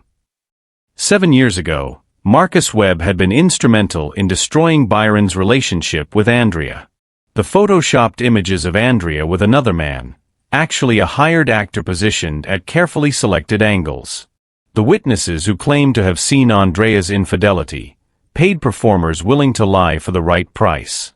The anonymous phone calls to Byron's office, Marcus using voice modulation technology to create multiple concerned friends. Vanessa had orchestrated everything with military precision. She befriended Andrea's roommate, a struggling nursing student named Melissa Chun, and paid her handsomely for information about Andrea's schedule, habits, and vulnerabilities.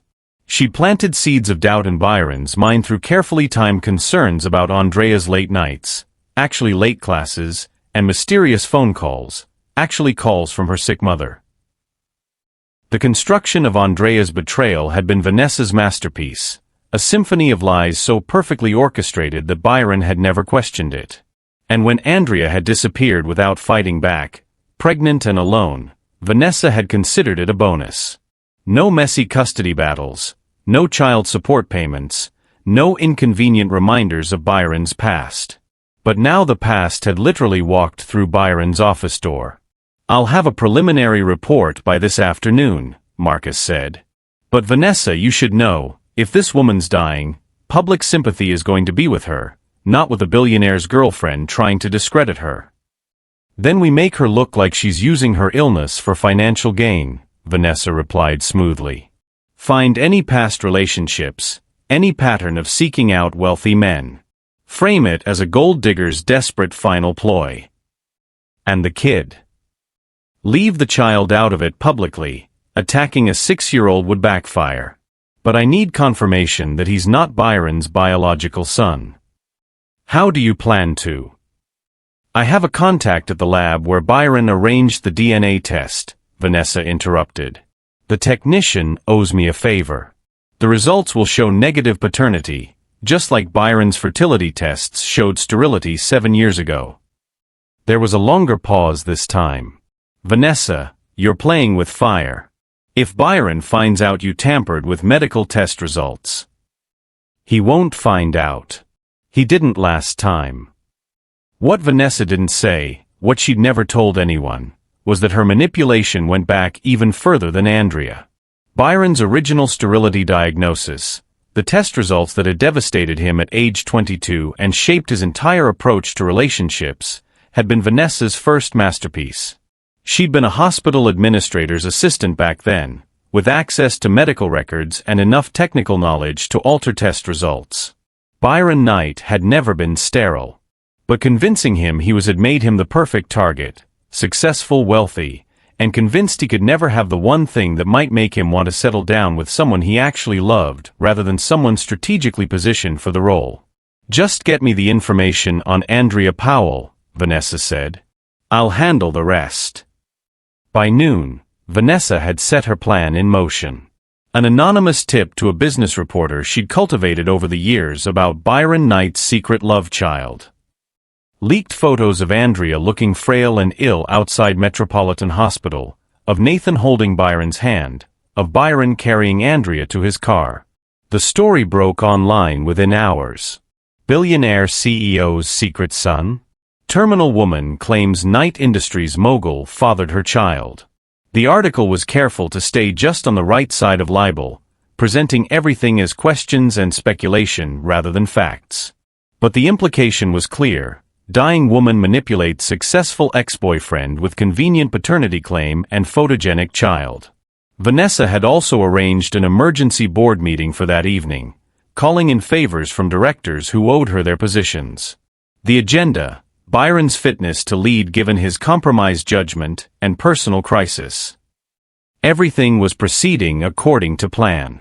By tomorrow, Byron would see the negative DNA results. The media narrative would paint Andrea as a manipulative gold digger, and the board would be questioning his leadership. He'd have no choice but to distance himself from the situation, and Vanessa would be there to help him through the betrayal, just like last time. Except this time, there was a variable Vanessa hadn't accounted for: Dr. Marcus Chen's integrity. Byron was in his home office, reviewing treatment protocols for Andrea's upcoming chemotherapy, when his phone rang with Dr. Chen's number. "Marcus, I thought you said the results would take 48 hours. Byron, we need to talk. In person. Immediately." Dr. Chen's voice was tight with controlled anger. "Can you come to my office right now?" Something in his friend's tone made Byron's blood run cold. "Is something wrong with the test? With Nathan?" "Just get here." "And Byron?" "Come alone." 20 minutes later, Byron sat in Dr. Chen's private office, watching his friend pace with barely contained fury. "I've been a physician for 20 years, Dr. Chen began, and I've never had someone attempt to tamper with test results in my facility. Until today." Byron felt his stomach drop. "What are you talking about?" Dr. Chen pulled up security footage on his computer. "This morning, one of our lab technicians, Jerry Morrison, was caught on camera accessing the samples you and Nathan provided. He had a syringe with foreign DNA material, likely intended to contaminate Nathan's sample to produce a negative result." Byron stared at the screen, watching a middle-aged man in a white coat furtively approaching the secured sample storage. "How did you catch him?" "The security protocols you insisted on," Dr. Chen replied. "The redundant cameras, the motion sensors, the requirement that two people be present whenever samples are accessed. Jerry didn't know about the new backup camera system I'd installed after you called. When he tried to access the samples alone, it triggered an alert." "Did he say who paid him?" "He lawyered up immediately, but Byron," Dr. Chen pulled up a bank record on his screen, "he received a wire transfer of $50,000 yesterday afternoon from an offshore account. We're working on tracing it, but I'm willing to bet we both know where it originated." "Vanessa." "Of course it was Vanessa. We destroyed the compromised samples and collected new ones from Nathan this morning. I had my nurse call Andrea and bring him in while you were unreachable," Dr. Chen continued. "These new samples were sent to a different lab with armed courier service and chain of custody documentation that would satisfy a criminal trial. Byron's hands clenched into fists. And the results? Dr. Chen's expression softened. Nathan is your son, Byron. 99.97% probability of paternity. There's no question. The confirmation, even though Byron had known it in his heart, still hit him with overwhelming force. Nathan was his son. His boy. His family. There's more, Dr. Chen said quietly. After discovering the tampering attempt, I got suspicious about your original fertility diagnosis. The one from 7 years ago that said you were sterile. Byron's head snapped up. What about it? I pulled the records. The lab that processed those tests is the same facility where Jerry Morrison worked before coming to my practice. And Byron, when I reviewed your actual test results, the raw data, not the final report, they showed perfectly normal fertility. Someone altered the final report before it reached you. The room seemed to tilt. Byron gripped the arms of his chair, trying to process what he was hearing. I was never sterile. You were never sterile, Dr. Chen confirmed. Someone wanted you to believe you were sterile. And I'm willing to bet that same someone is behind today's tampering attempt. Vanessa. Byron's voice was deadly quiet. She had access to my medical records.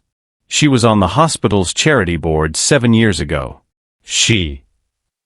The full scope of the betrayal hit him like a physical blow. She's been manipulating my life for at least 7 years. Maybe longer. Byron, this goes beyond personal betrayal, Dr. Chen said seriously. Tampering with medical records is a felony. If you want to press charges. Byron's phone buzzed with an incoming call from Margaret. He almost ignored it, but something made him answer. Sir, I'm sorry to interrupt, but there's a story breaking about you and Ms. Powell. Margaret's voice was strained. It's not good. And Vanessa has called an emergency board meeting for this evening.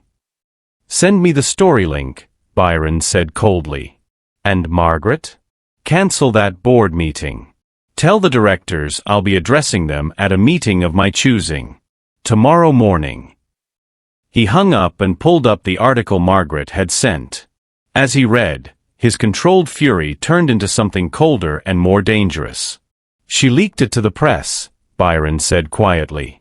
She tried to sabotage the DNA test, and when that didn't work fast enough, she leaked Andrea's story to make her look like a gold digger. His phone rang again. Andrea's number. Byron, her voice was thick with tears. Have you seen the news? They're saying terrible things. Nathan came home from school crying because other kids were asking questions. Maybe this was a mistake. Maybe we should just... Stop, Byron interrupted firmly. Andrea, listen to me. The only mistake was believing Vanessa's lies for 7 years. She orchestrated everything, the photos from back then, the witnesses, everything. And now she tried to tamper with Nathan's DNA test results. She's desperate, and desperate people make mistakes. But the story. I'm ending this. Today. Right now. Byron stood, his decision made. Get Nathan somewhere safe. My driver will pick you both up and take you to my penthouse.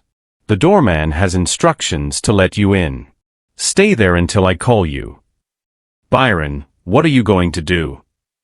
I'm going to do what I should have done 7 years ago, Byron replied. I'm going to trust my heart instead of someone else's lies. And I'm going to make sure Vanessa Sterling never manipulates anyone again. 40 minutes later, Byron's BMW pulled into the underground parking garage at Knight Industries. He rode the elevator to the executive floor, his expression carved from stone, security footage capturing his ascent. On the 52nd floor, Vanessa Sterling stood at her office window, watching the elevator indicator climb. She'd seen Byron's car arrive, had tracked his progress through the building on her phone. She smiled. Let him come. She was ready for this confrontation. After all, she still had cards to play, the board meeting, the media narrative, her influence with investors. Byron might be angry, but eventually he'd see reason. He always did. The elevator doors opened with a soft chime, and Byron Knight stepped out. Vanessa didn't see the cold fury in his eyes. Didn't notice the folder of evidence tucked under his arm.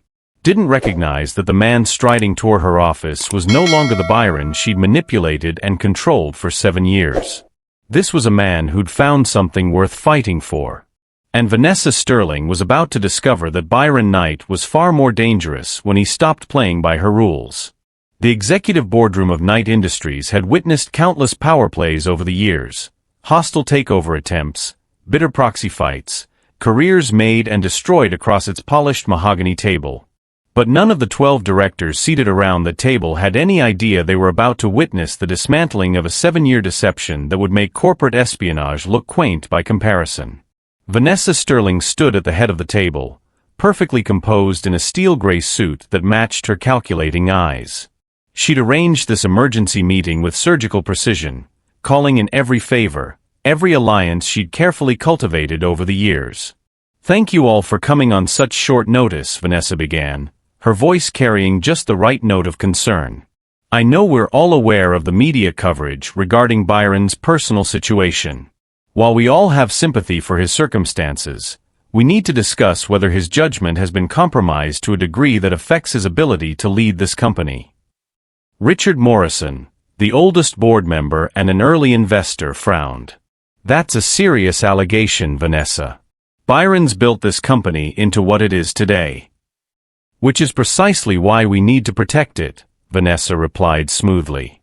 "In the past 48 hours, Byron has made impulsive decisions based on unverified claims from a woman he hasn't seen in 7 years. He's committed company resources without board approval, neglected critical merger negotiations, and exposed us to potential scandal. I'm suggesting a temporary leave of absence, just until this personal crisis is resolved." "The stock price has dropped 3% since the story broke," added James Chun, CFO and Vanessa's carefully cultivated ally.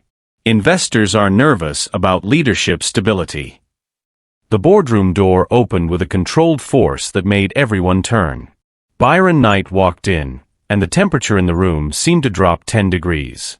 He carried a leather folder under one arm and had the bearing of a man who'd just declared war, and intended to win. "Before we discuss my judgment," Byron said, his voice deadly quiet as he placed the folder on the table, "let's discuss fraud, conspiracy, and criminal manipulation of medical records." Vanessa's composure flickered. "Byron, this meeting is about to become very educational," Byron interrupted, opening the folder. "Let me start with some DNA test results." He slid the first document across the table. "This confirms with 99.97% certainty that Nathan Powell is my biological son. These results come from 3 independent laboratories, with full chain of custody documentation that would satisfy any criminal investigation." "We're happy for you, Byron," Richard Morrison said carefully, "but how does this relate to?" "It relates because someone attempted to tamper with those test results," Byron continued, pulling out more documents. "Security footage from Dr. Chen's medical facility shows a lab technician, one Jerry Morrison, attempting to contaminate Nathan's DNA sample to produce a false negative result. Jerry received a $50,000 wire transfer the day before from an offshore account." Byron's eyes locked on Vanessa, whose face had gone pale beneath her makeup. "An account that traces back to Vanessa Sterling." The boardroom erupted in shocked murmurs. Vanessa stood frozen, her mind racing for an explanation, a deflection, anything to regain control of the narrative she'd so carefully constructed. "That's absurd," she finally managed. "Byron, your grief over this woman's illness is making you paranoid." "There's more," Byron said coldly, advancing another document. 7 years ago, I received a fertility diagnosis claiming I was sterile. That diagnosis shaped my entire approach to relationships, convinced me I could never have children. Except the diagnosis was wrong. Or rather, it was deliberately falsified. He pulled up a video feed on the large screen at the end of the boardroom. Dr. Marcus Chen appeared, sitting in what was clearly a medical office. Dr. Chen, please tell the board what you discovered, Byron requested. I reviewed Byron's original fertility test results, the raw laboratory data from 7 years ago, Dr. Chen explained, his professional demeanor unable to hide his anger. The actual test showed completely normal fertility. Someone with access to the hospital's record system altered the final report before it reached Byron. That same someone sat on the hospital's charity board at the time and had administrative access to medical records. All eyes turned to Vanessa, whose carefully constructed facade was beginning to crack. "This is circumstantial," she said, but her voice wavered. "You can't prove." "Oh, but I can," Byron replied. He pulled out another set of documents. Financial records showing regular payments from your personal accounts to Marcus Webb, a private investigator specializing in reputation management. Marcus has been very cooperative since facing charges of fraud and conspiracy. He's provided detailed testimony about his work for you 7 years ago. Byron's voice grew harder with each word. The photoshopped images of Andrea with another man. The actors hired to pose as witnesses. The anonymous phone calls. All orchestrated and paid for by you, Vanessa. You systematically destroyed my relationship with Andrea, then positioned yourself perfectly to comfort me through the aftermath of a betrayal you manufactured. I loved you. Vanessa's control finally shattered. I did it because I loved you, because that woman wasn't good enough for you. She was a janitor, Byron. A nobody working night shifts for minimum wage. I gave you 7 years of partnership, of understanding, of building an empire together. You gave me 7 years of lies, Byron corrected, his voice cutting through her protests like ice. You didn't love me, Vanessa. You loved what I represented, wealth, status, power. And when you saw that I loved Andrea, that I wanted a real relationship with real emotion, you couldn't stand it. So you destroyed it. Richard Morrison spoke up, his voice heavy with disbelief. Vanessa, are these allegations true? Did you really fabricate evidence to break up Byron's relationship? I did what was necessary, Vanessa said, her desperation making her reckless. Byron was making a mistake, throwing his future away for some fantasy of domestic bliss with a woman who had nothing to offer him. She offered me love, Byron interrupted quietly. She offered me honesty, trust, and a future that wasn't built on manipulation. And you took that from me. You took 7 years of my life, 7 years of my son's life, and you almost took Andrea's chance at survival by trying to prevent me from helping her. The board needs to know about the media leak as well, Byron continued, pulling out printed emails and text messages. These communications show Vanessa coordinating with reporters, providing photos, and crafting the narrative to paint Andrea as a gold digger. She did this yesterday, after realizing I wasn't going to be manipulated anymore. James Chun, looking decidedly uncomfortable with his alliance now, spoke up. Vanessa, is this true? Did you leak confidential information about Byron's personal life to the press? Before Vanessa could answer, Byron's attorney, Gerald Thornton, entered the boardroom. Ladies and gentlemen, I've just filed criminal complaints with the district attorney's office regarding fraud, conspiracy, tampering with medical records, and defamation. Ms. Sterling should know that Jerry Morrison has agreed to testify in exchange for a reduced sentence, as has Marcus Webb. And Melissa Chun, Andrea's former roommate, has provided a sworn statement about the bribe she received 7 years ago. Vanessa stared at Byron with something approaching hatred. You think you've won? That you can just destroy me and ride off into the sunset with your convenient little family? Byron, I made you who you are today. I pushed you, challenged you, helped you build this company into an empire. You made me cold, Byron replied. You made me suspicious, isolated, and alone. You didn't build me up, Vanessa. You stripped away everything human about me so I'd be easier to control. That's not love. That's not partnership. That's manipulation, and it ends today. The boy isn't even yours.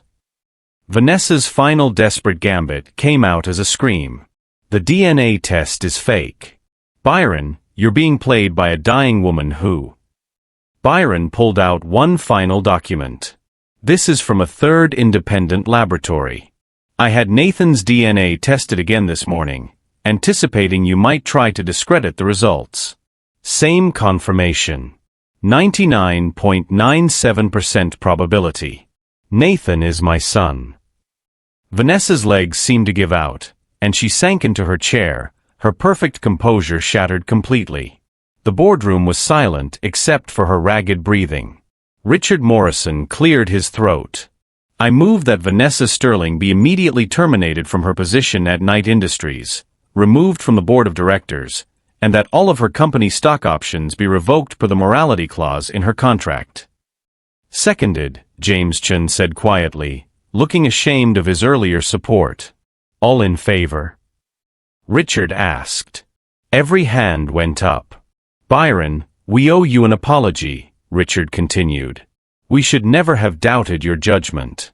If anything, this situation shows remarkable character, standing by the mother of your child despite difficult circumstances. Thank you, Richard, but I need to leave, Byron said, already moving toward the door.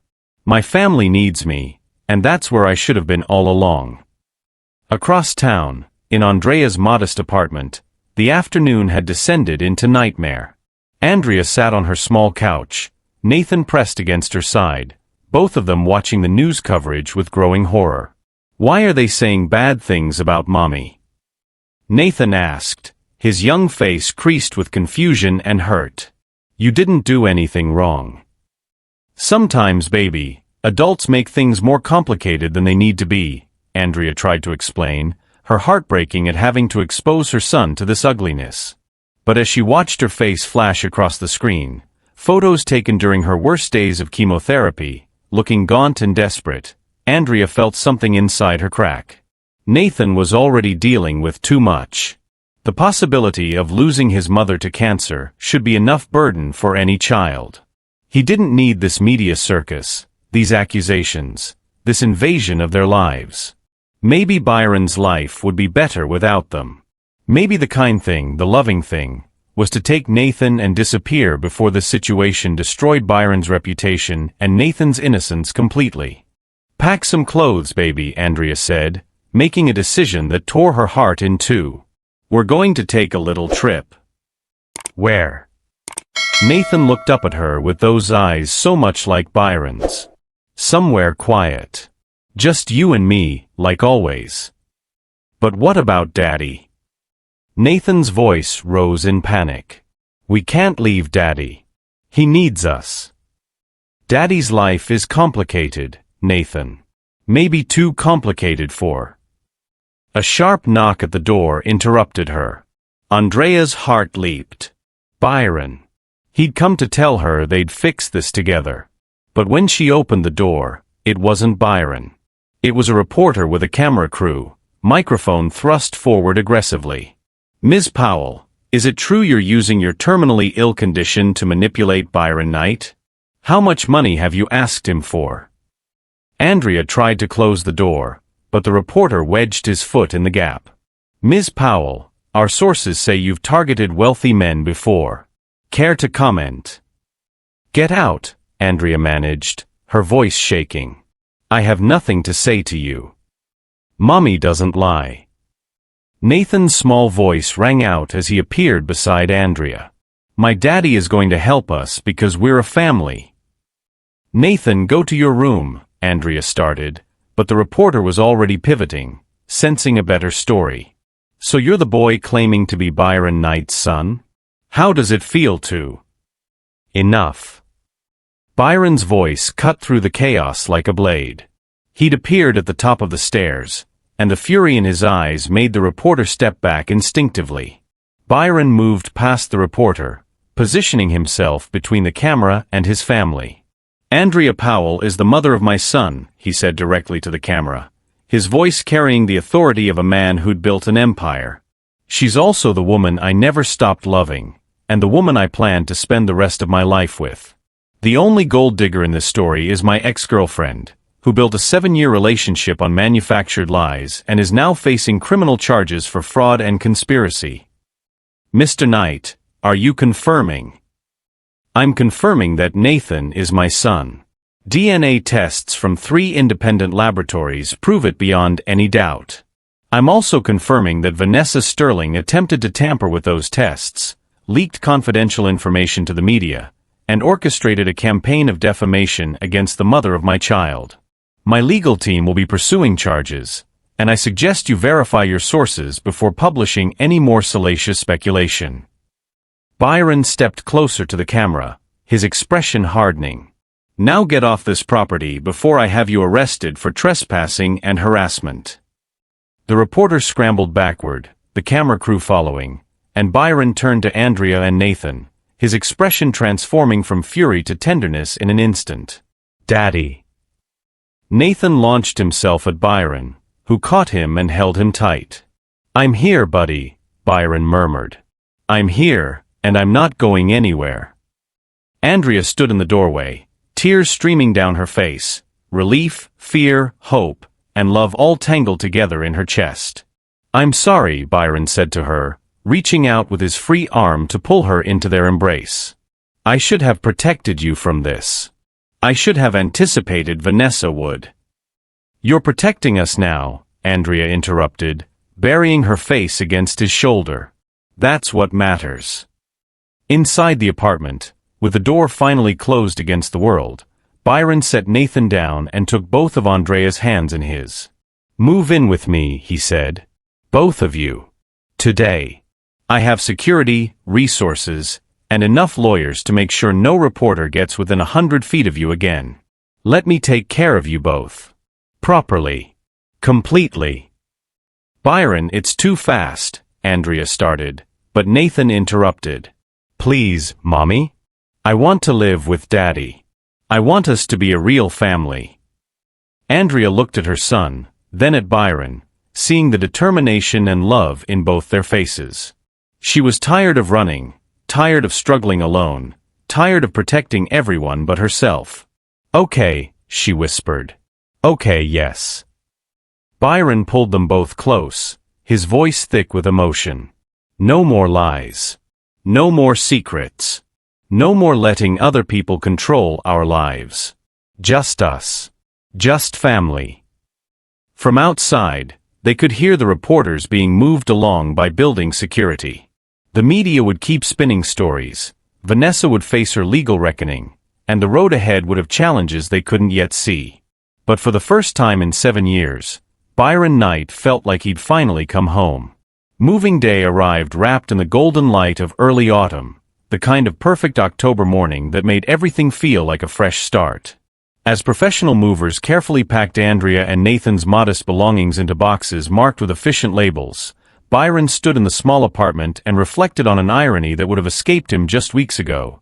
The most important things in life often came in the smallest packages: a yellow envelope, a 6-year-old's courage, a second chance at love. Nathan bounced between excitement and nostalgia, running from room to empty room as if memorizing every corner of the only home he'd ever known. This is where I learned to ride my bike, he told Byron, pointing to the narrow hallway. Mommy held the seat and ran alongside me. In the hallway? Byron raised an eyebrow.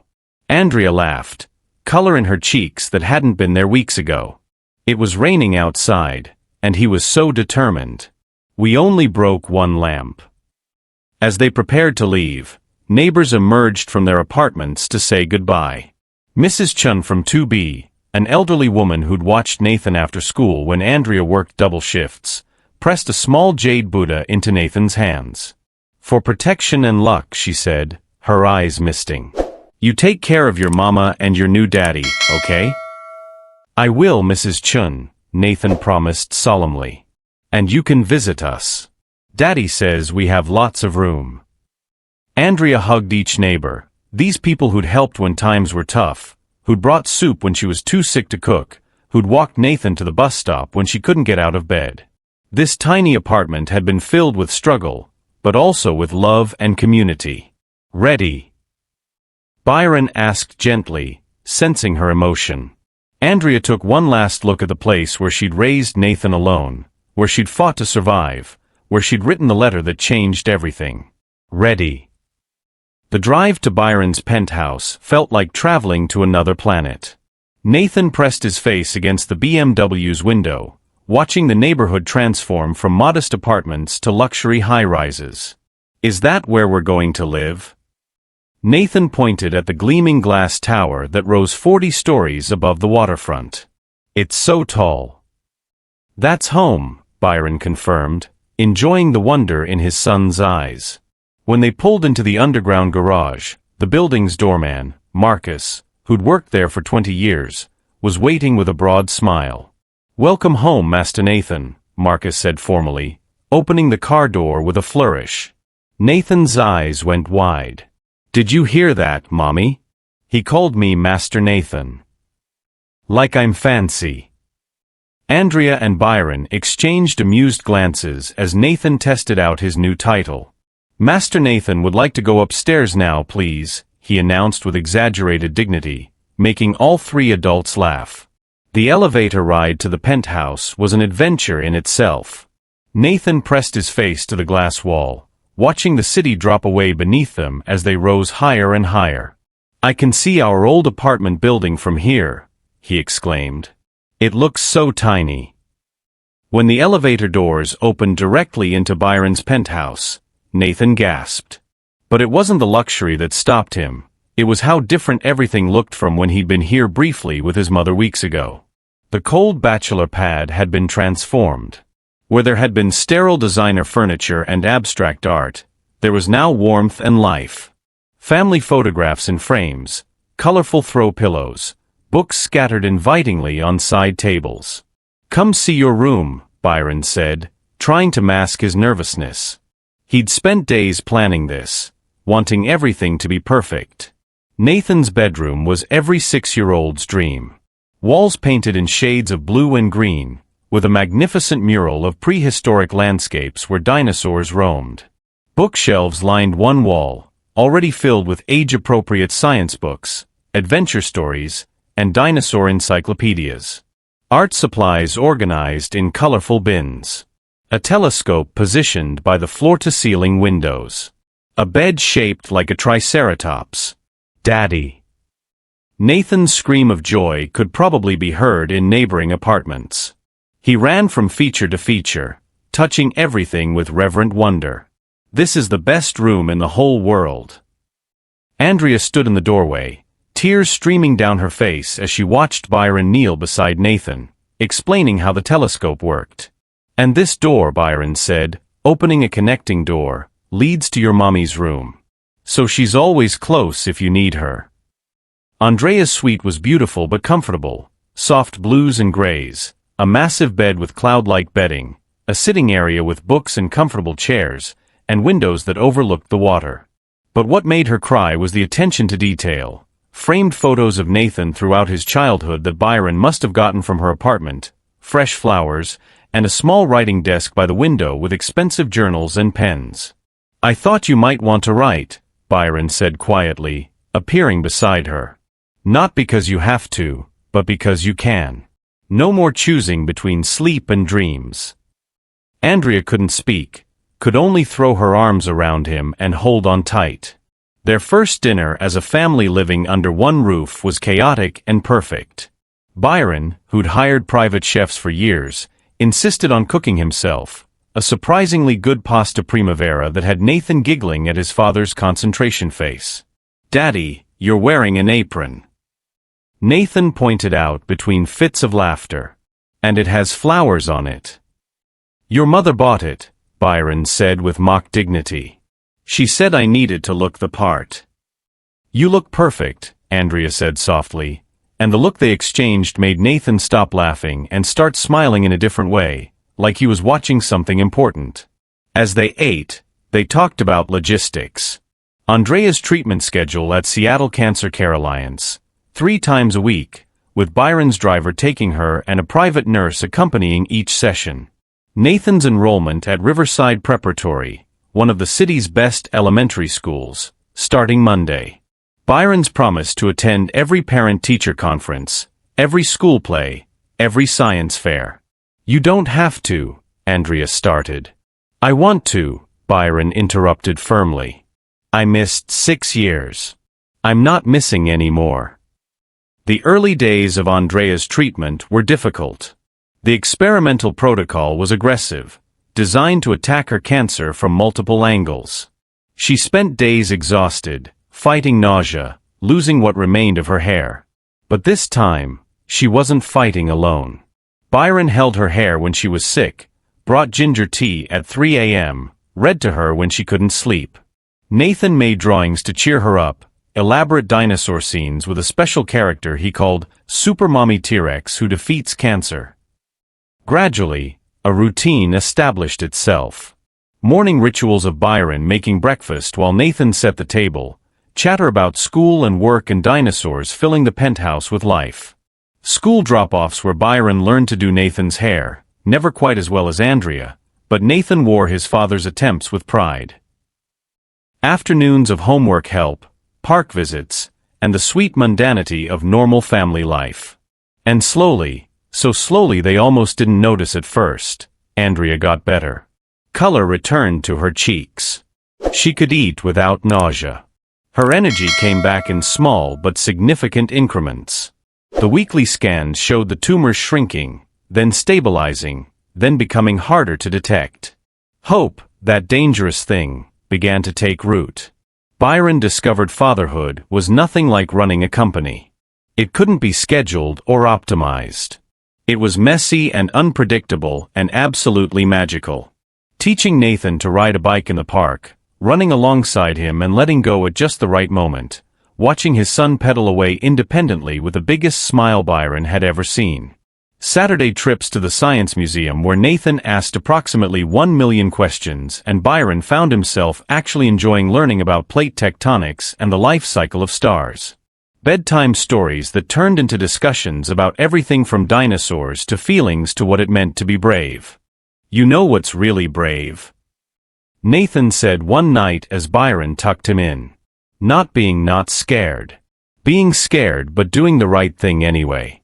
Like Mommy sending me to find you. She was so scared, but she did it because she loves me. Byron's throat tightened. You're a very wise kid, Nathan. I know, Nathan said matter-of-factly. Mommy says I get it from both of you. As Andrea's health improved, so did her relationship with Byron. Late-night conversations after Nathan's bedtime, sitting on the balcony with wine and blankets, sharing 7 years of lost time. Fears and dreams and all the small moments that build intimacy. Physical affection returned tentatively at first. A held hand, a kiss on the forehead, Byron's arms around her as they watched Nathan sleep. Then more passionately as Andrea's strength returned, as they remembered what it felt like to be not just co-parents but partners, lovers, two people who'd never really stopped loving each other despite everything that had tried to keep them apart. 3 months after moving in, as Thanksgiving approached, Andrea had a scheduled scan that would determine the success of her treatment protocol. Byron held her hand in the consultation room as Dr. Richardson pulled up the images, his heart pounding harder than it ever had in any business negotiation. I'm not sure how to say this except directly, Dr. Richardson began, and Byron felt his world start to tilt. The cancer is in complete remission. Time stopped. Andrea made a sound between a gasp and a sob. Byron couldn't breathe. The tumors are gone, Dr. Richardson continued, her professional composure cracking into a genuine smile. Completely undetectable. The experimental protocol worked better than we could have hoped. Andrea, you're going to need monitoring. We'll do scans every 3 months for the first year, then every 6 months. But you're in remission. You have time. How much time? Andrea whispered. Years, Dr. Richardson said. Possibly decades. With continued monitoring and healthy lifestyle choices, there's no reason you can't watch Nathan grow up. Watch him graduate high school, college. Walk him down the aisle someday. Andrea collapsed into Byron's arms, sobbing with relief and joy and 7 months of accumulated fear finally releasing. Byron held her, his own tears falling into her hair, feeling gratitude so intense it was almost painful. Nathan was waiting in the car with Byron's driver. When they emerged from the building, the expression on their faces told him everything he needed to know. "Mommy's better?" he asked, hope and fear warring in his voice. "Mommy's better," Andrea confirmed, pulling him into a fierce hug. "The medicine worked. I'm going to be okay, baby." Nathan's whoop of joy echoed through the parking garage. He threw his arms around both his parents, and the three of them stood there, a family who'd fought cancer, lies, and 7 years of separation, finally winning. Thanksgiving dinner was intimate, just the three of them around Byron's dining table that had never been used for an actual family meal before. Turkey and stuffing and all the traditional dishes, prepared by Byron with Andrea's supervision and Nathan's help, which mostly involved eating ingredients. Before they ate, Nathan insisted on saying grace. "Dear God," he began seriously, hands folded, eyes squeezed shut. "Thank you for bringing my daddy back to us. Thank you for making mommy better. Thank you for our new home and my dinosaur room and for families that don't give up on each other. Amen." Andrea and Byron exchanged glances across the table, both fighting tears. As they ate, Nathan chattered about school, his friends, the science project he was planning about the Jurassic period. Then, between bites of mashed potatoes, he asked the question with the casual directness only children possess. "Are you going to marry mommy?" Byron choked slightly on his wine. Andrea's fork clattered against her plate. "Nathan," Andrea said, flustered. We haven't." "Why not?" Nathan looked genuinely confused. "You love each other. We're a family. That's what families do, right?" Byron looked at Andrea, saw the hope and fear in her eyes, and made a decision. He reached across the table and took her hand. "Nathan," he said slowly, "what would you think about helping Daddy with something very important?" Nathan's eyes lit up. "Like a mission?" "Exactly like a mission," Byron confirmed, his mysterious smile growing wider. "But we'll need to do some planning. And it has to be a secret until just the right moment." "A secret mission." Nathan bounced in his chair. "When do we start?" "Soon," Byron promised, his eyes never leaving Andrea's face, watching her realize what he was planning. "Very soon." Andrea's smile was radiant, filled with joy and anticipation and the absolute certainty that whatever came next, they would face it together. As a family. Finally. December arrived with the first snowfall of the season, transforming the city into something magical. Fat flakes drifted past the floor-to-ceiling windows of Byron Knight's office, blanketing Seattle in pristine white. Byron stood watching the snow fall, his hand unconsciously touching the small velvet box in his suit pocket, a box he'd been carrying for 2 weeks, waiting for exactly the right moment. Behind him, Nathan sat in Byron's executive chair, spinning in slow circles with a kind of infectious joy that only 6-year-olds possessed. His small legs didn't quite reach the floor, and he had to push off the desk periodically to keep the rotation going. "Daddy, you're staring out the window like you're thinking really hard thoughts," Nathan observed. "Are you nervous?" Byron turned from the window and smiled at his son, a truth that still filled him with wonder 6 months after that first letter. "What makes you think I'm nervous?" "Because you keep touching your pocket." Nathan stopped spinning and looked at Byron with those perceptive brown eyes. "And because today's the day we're going to ask Mommy the important question." Byron crossed to his desk and sat in the guest chair across from Nathan, bringing himself to eye level with the boy. "You're right. I am nervous. More nervous than any business deal I've ever negotiated." "But why?" Nathan asked with the simple logic of childhood. "Mommy loves you. She's always loved you. She'll say yes." "I hope so," Byron admitted. "But this is the most important question I'll ever ask anyone. I want everything to be perfect." Nathan considered this seriously. Mommy always says perfect isn't real. She says what matters is love and trying your best. Then he grinned. But I think our plan is pretty perfect anyway. Their plan. Byron smiled, remembering the elaborate conspiracy he and Nathan had been hatching for weeks. Christmas Eve proposal, at home, intimate and meaningful rather than grand and showy. No restaurant audience, no public spectacle, just family, love, and the beginning of forever. Are you sure about this one? The jeweler asked for the third time, holding up an elegant solitaire diamond ring that caught the light and threw rainbows across the private viewing room. Byron looked at Nathan, who was studying the ring with the intense concentration usually reserved for dinosaur facts. It should sparkle like Mommy's eyes do when she's really happy, Nathan said thoughtfully. Does it do that? The jeweler, who'd been in the business for 30 years and had never had a 6-year-old co-client before, smiled. I believe it does, young man. Then that's the one, Nathan declared with absolute certainty. Byron took the ring, feeling its weight in his palm, not just the physical weight of platinum and diamond, but the weight of promise, commitment, and 7 years of lost time he was determined to make up for. We'll take it, Byron confirmed. As they left the jewelry store, Nathan slipped his small hand into Byron's. Daddy, can I ask you something? Anything, buddy. When you and Mommy get married, I'll really be your son forever, right? Like, nobody can change it. Byron stopped walking and knelt down on the snowy sidewalk, not caring about his expensive suit. Nathan, you've been my son from the moment I read your mother's letter. Actually, you've been my son since the day you were born, I just didn't know it yet. The marriage doesn't change that.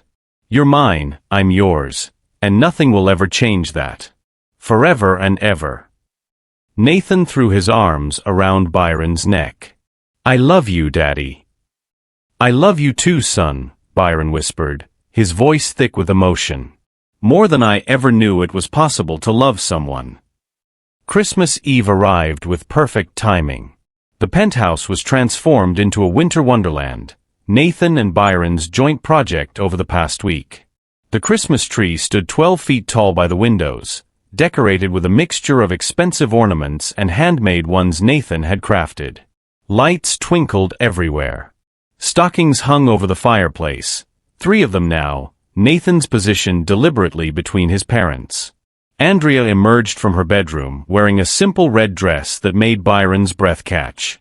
6 months of successful treatment had brought color back to her cheeks, healthy weight to her frame, and her hair, growing back in soft waves, framed her face beautifully. She was radiant, glowing with health and happiness. You two have been conspiring, she said, looking between Byron and Nathan with amused suspicion. I can tell. We don't know what you're talking about, Nathan said innocently, then giggled at his own terrible acting. Dinner was Byron's carefully prepared masterpiece. Honey-glazed ham, roasted vegetables, Andrea's favorite sides, all presented with the care of a man who'd learned that cooking for the people you love was its own kind of poetry. Candles flickered on the table. Soft music played in the background. And Nathan could barely sit still, bouncing with barely contained excitement. Nathan, are you okay? Andrea asked, laughing. You look like you're about to explode. I'm just really happy, Nathan said, which was true even if it wasn't the complete truth. After dinner, they moved to the living room where the Christmas tree glowed with warm light. Byron had positioned everything perfectly, the tree as backdrop, enough space for what was about to happen, Nathan's special gift hidden behind the couch where he could retrieve it on cue. Should we open presents? Andrea suggested, curling up on the couch. Actually, Byron said, his heart pounding so hard he was sure both Andrea and Nathan could hear it, there's something we need to do first. Nathan. This was the moment they'd rehearsed. Nathan jumped up and ran behind the couch, retrieving the small wrapped box with exaggerated care. He carried it to Byron like it contained the crown jewels. Daddy, Nathan said loudly, clearly performing. I think you dropped this very important thing. Andrea's hand flew to her mouth as she recognized the size and shape of the box. Tears were already forming in her eyes. Byron took the box from Nathan and slowly sank to one knee. Nathan, insisting he be part of this moment, knelt beside his father, his small face serious and proud.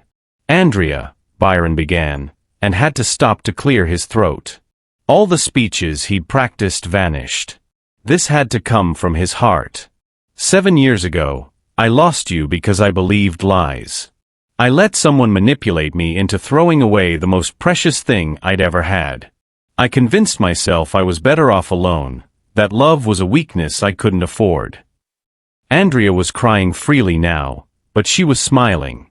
"6 months ago, a brave little boy walked into my office with a yellow envelope," Byron continued, glancing at Nathan, who beamed.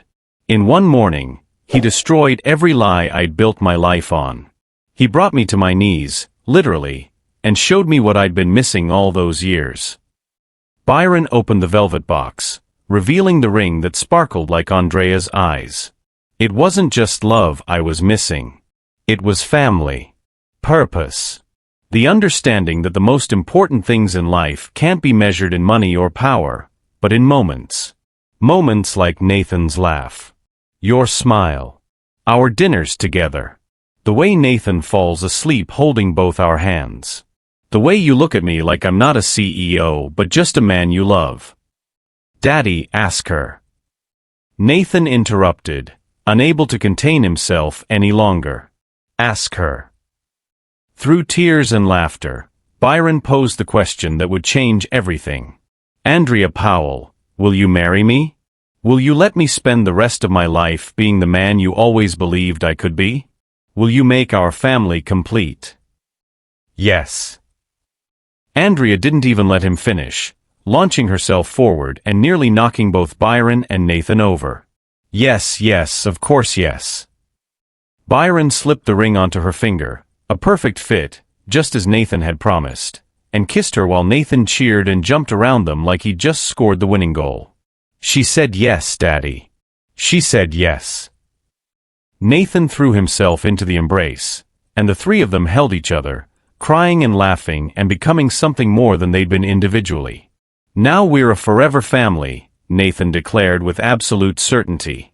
"Forever family," Byron and Andrea echoed together. The celebration continued with the opening of presents, each one meaningful and chosen with love. Byron's gift to Nathan came in a large envelope rather than wrapped paper. Nathan opened it curiously, pulling out official-looking documents with gold seals and ribbons. "What is it?" Nathan asked, not recognizing legal paperwork. "Those," Byron explained, his voice thick with emotion, "are adoption papers. They make everything official and legal. They mean that no matter what happens, you're my son. Forever and ever. Nobody can ever change that." Nathan stared at the papers, then at Byron, understanding dawning on his young face. "Forever and ever." "Forever and ever," Byron confirmed. Nathan launched himself at Byron with such force they both toppled backward, the adoption papers fluttering around them like confetti as Nathan cried happy tears into his father's shirt. Andrea's gift to Byron was a large leather-bound photo album. As Byron opened it, he discovered 6 years of Nathan's life carefully preserved: baby photos, first steps, first day of school, birthday parties, Christmas mornings. All the moments Byron had missed, now documented for him to treasure. The inscription on the first page read, "Our past to treasure, our future to build." You may have missed these moments, but you're here for all the ones ahead. Love always, Andrea. Byron had to set the album down because his hands were shaking too much to hold it. "Andrea, this is everything I wished you could have seen," Andrea finished softly. "But now you have it. Now you know his whole story." Byron's gift to Andrea came last, a slim folder that seemed anticlimactic after the emotional gifts that preceded it. But when Andrea opened it and read the contents, she gasped. "Byron, you didn't." "The Nathan's Hope Foundation," Byron explained. "A charitable foundation dedicated to funding cancer treatment for families who can't afford it. I've committed $10 million initially, and will fundraise to expand it. Your story, our story, Nathan's bravery. It can help other families who are facing what you faced. Andrea was crying again, but these were different tears. Tears of purpose, of pain transformed into hope. You turned the worst experience of my life into something that will save others, she whispered. Byron, this is the most beautiful gift anyone's ever given me. Not as beautiful as the gift you gave me, Byron replied, pulling both Andrea and Nathan close. You gave me a family. You gave me purpose. You gave me a reason to be more than just a CEO building an empire. You made me human again. As the evening wound down, Nathan fell asleep on the couch between his parents, one small hand holding Andrea's, the other clutching Byron's. His face was peaceful, content, absolutely secure in the love surrounding him. We should put him to bed, Andrea whispered. In a minute, Byron replied, not wanting to disturb the perfection of this moment. Let's just stay here a little longer. They talked quietly about wedding plans, a small ceremony in the spring, intimate and meaningful, with Nathan as ring bearer. About Andrea's continued health, her doctors calling her recovery miraculous, the scans consistently showing no trace of cancer, the prognosis now measured in decades rather than months. About Byron's business, how he'd restructured his priorities to allow time for what truly mattered. Knight Industries was still successful, still growing, but Byron no longer sacrificed his life on the altar of corporate achievement. Sometimes Nathan came to board meetings and colored quietly in the corner. Sometimes Byron left early for school pickup. Sometimes he said no to opportunities that would take him away from his family. And somehow, freed from the desperate need to prove his worth through empire building, Byron had become a better CEO, more creative, more strategic, more human. 6 months later, on a perfect May morning with spring flowers blooming everywhere, Byron Knight married Andrea Powell in a small ceremony at a garden venue overlooking the water. Andrea wore a simple white dress that made her look like an angel. Her hair, fully grown back now, was styled in soft waves and adorned with fresh flowers. She was radiant with health and happiness, glowing with life that 6 months ago had seemed impossible. Nathan wore a tiny suit that matched Byron's, custom-tailored and complete with a boutonniere that he touched every few minutes to make sure it was still there. His role, carrying the rings and standing with his parents during the ceremony, was one he took with solemn importance. The ceremony was personal, intimate, and perfect. Instead of traditional vows, Byron and Andrea spoke from their hearts about truth, trust, and the courage to love again after betrayal. About second chances and brave children and letters that change destinies. I promise to always read the important letters, Byron vowed, making both Andrea and Nathan laugh through their tears. I promise to always be brave enough to send them, Andrea replied. Then Nathan, unprompted and unplanned, spoke his own vows. I promise to love both of you forever, and to bring you water when you're sad, and to always tell the truth, and to be the best son ever. There wasn't a dry eye in the small gathering of friends and family who'd witnessed this miracle. The first dance was Byron and Andrea swaying to an acoustic cover of a song about coming home. But halfway through, Nathan couldn't contain himself any longer and cut in, insisting on joining them. So they danced as three, Byron lifting Nathan to his hip, Andrea's arms around both of them, a family complete and unshakable. Late that night, back in the penthouse that had transformed from a bachelor's cold fortress into a home filled with love and laughter and the beautiful mess of family life, Byron carried a sleeping Nathan to bed. Andrea followed, and they stood together watching their son sleep, this brave, brilliant, beautiful child who'd had the courage to cross a city with a letter and change 3 lives forever. Thank you for reading the letter, Andrea whispered, leaning against Byron's shoulder. Thank you for being brave enough to send it, Byron replied, kissing the top of her head. As they returned to their own room, their wedding night, the beginning of forever, Byron reflected on the journey that had brought them here. 6 months ago, a trembling voice had asked, "Please, sir, can you read this letter? It's very, very important." Those words had brought him to his knees. But they'd also lifted him to heights he'd never imagined. not measured in wealth or power or empire, but in love, family, and purpose. The billionaire CEO who'd thought he had everything had discovered he'd had nothing until a child's courage showed him what truly mattered. The most important letter he'd ever read. The most important decision he'd ever made. The most important family he'd ever have. Some letters change destinies. This one had created a forever family. And it all began with a little boy's courage, a dying mother's hope, and a CEO willing to be brought to his knees by love. 5 years later, Byron Knight stood in his office, watching 11-year-old Nathan teach his 3-year-old sister Alan how to spin in the executive chair. Andrea stood beside him, pregnant with their third child, her hand resting on her growing belly. "Remember when you first walked into this office?" Byron asked Nathan. Nathan, now a confident 11-year-old with his father's business acumen and his mother's compassionate heart, grinned. "I was so scared. But Mommy said you needed us, and she was right." "She usually is," Byron agreed, pulling Andrea close. On Byron's desk sat a framed photograph, the yellow envelope that had started everything, preserved under glass like the priceless artifact it was. And next to it, a plaque that read, "Some letters change destinies. This one created a family." Nathan's Hope Foundation had grown beyond their wildest dreams, funding cancer treatment for hundreds of families and giving hope where there had been none. Vanessa Sterling was serving a 5-year sentence for fraud and conspiracy, her empire of lies finally paying its consequences. And Byron Knight, billionaire CEO, devoted husband, and father of 3 soon to be 4, had learned the most important lesson of his life. True wealth isn't measured in buildings or bank accounts.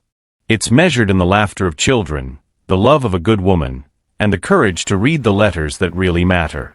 As Byron watched Andrea and Nathan teaching Alan how to make shadow puppets on the office wall, he smiled.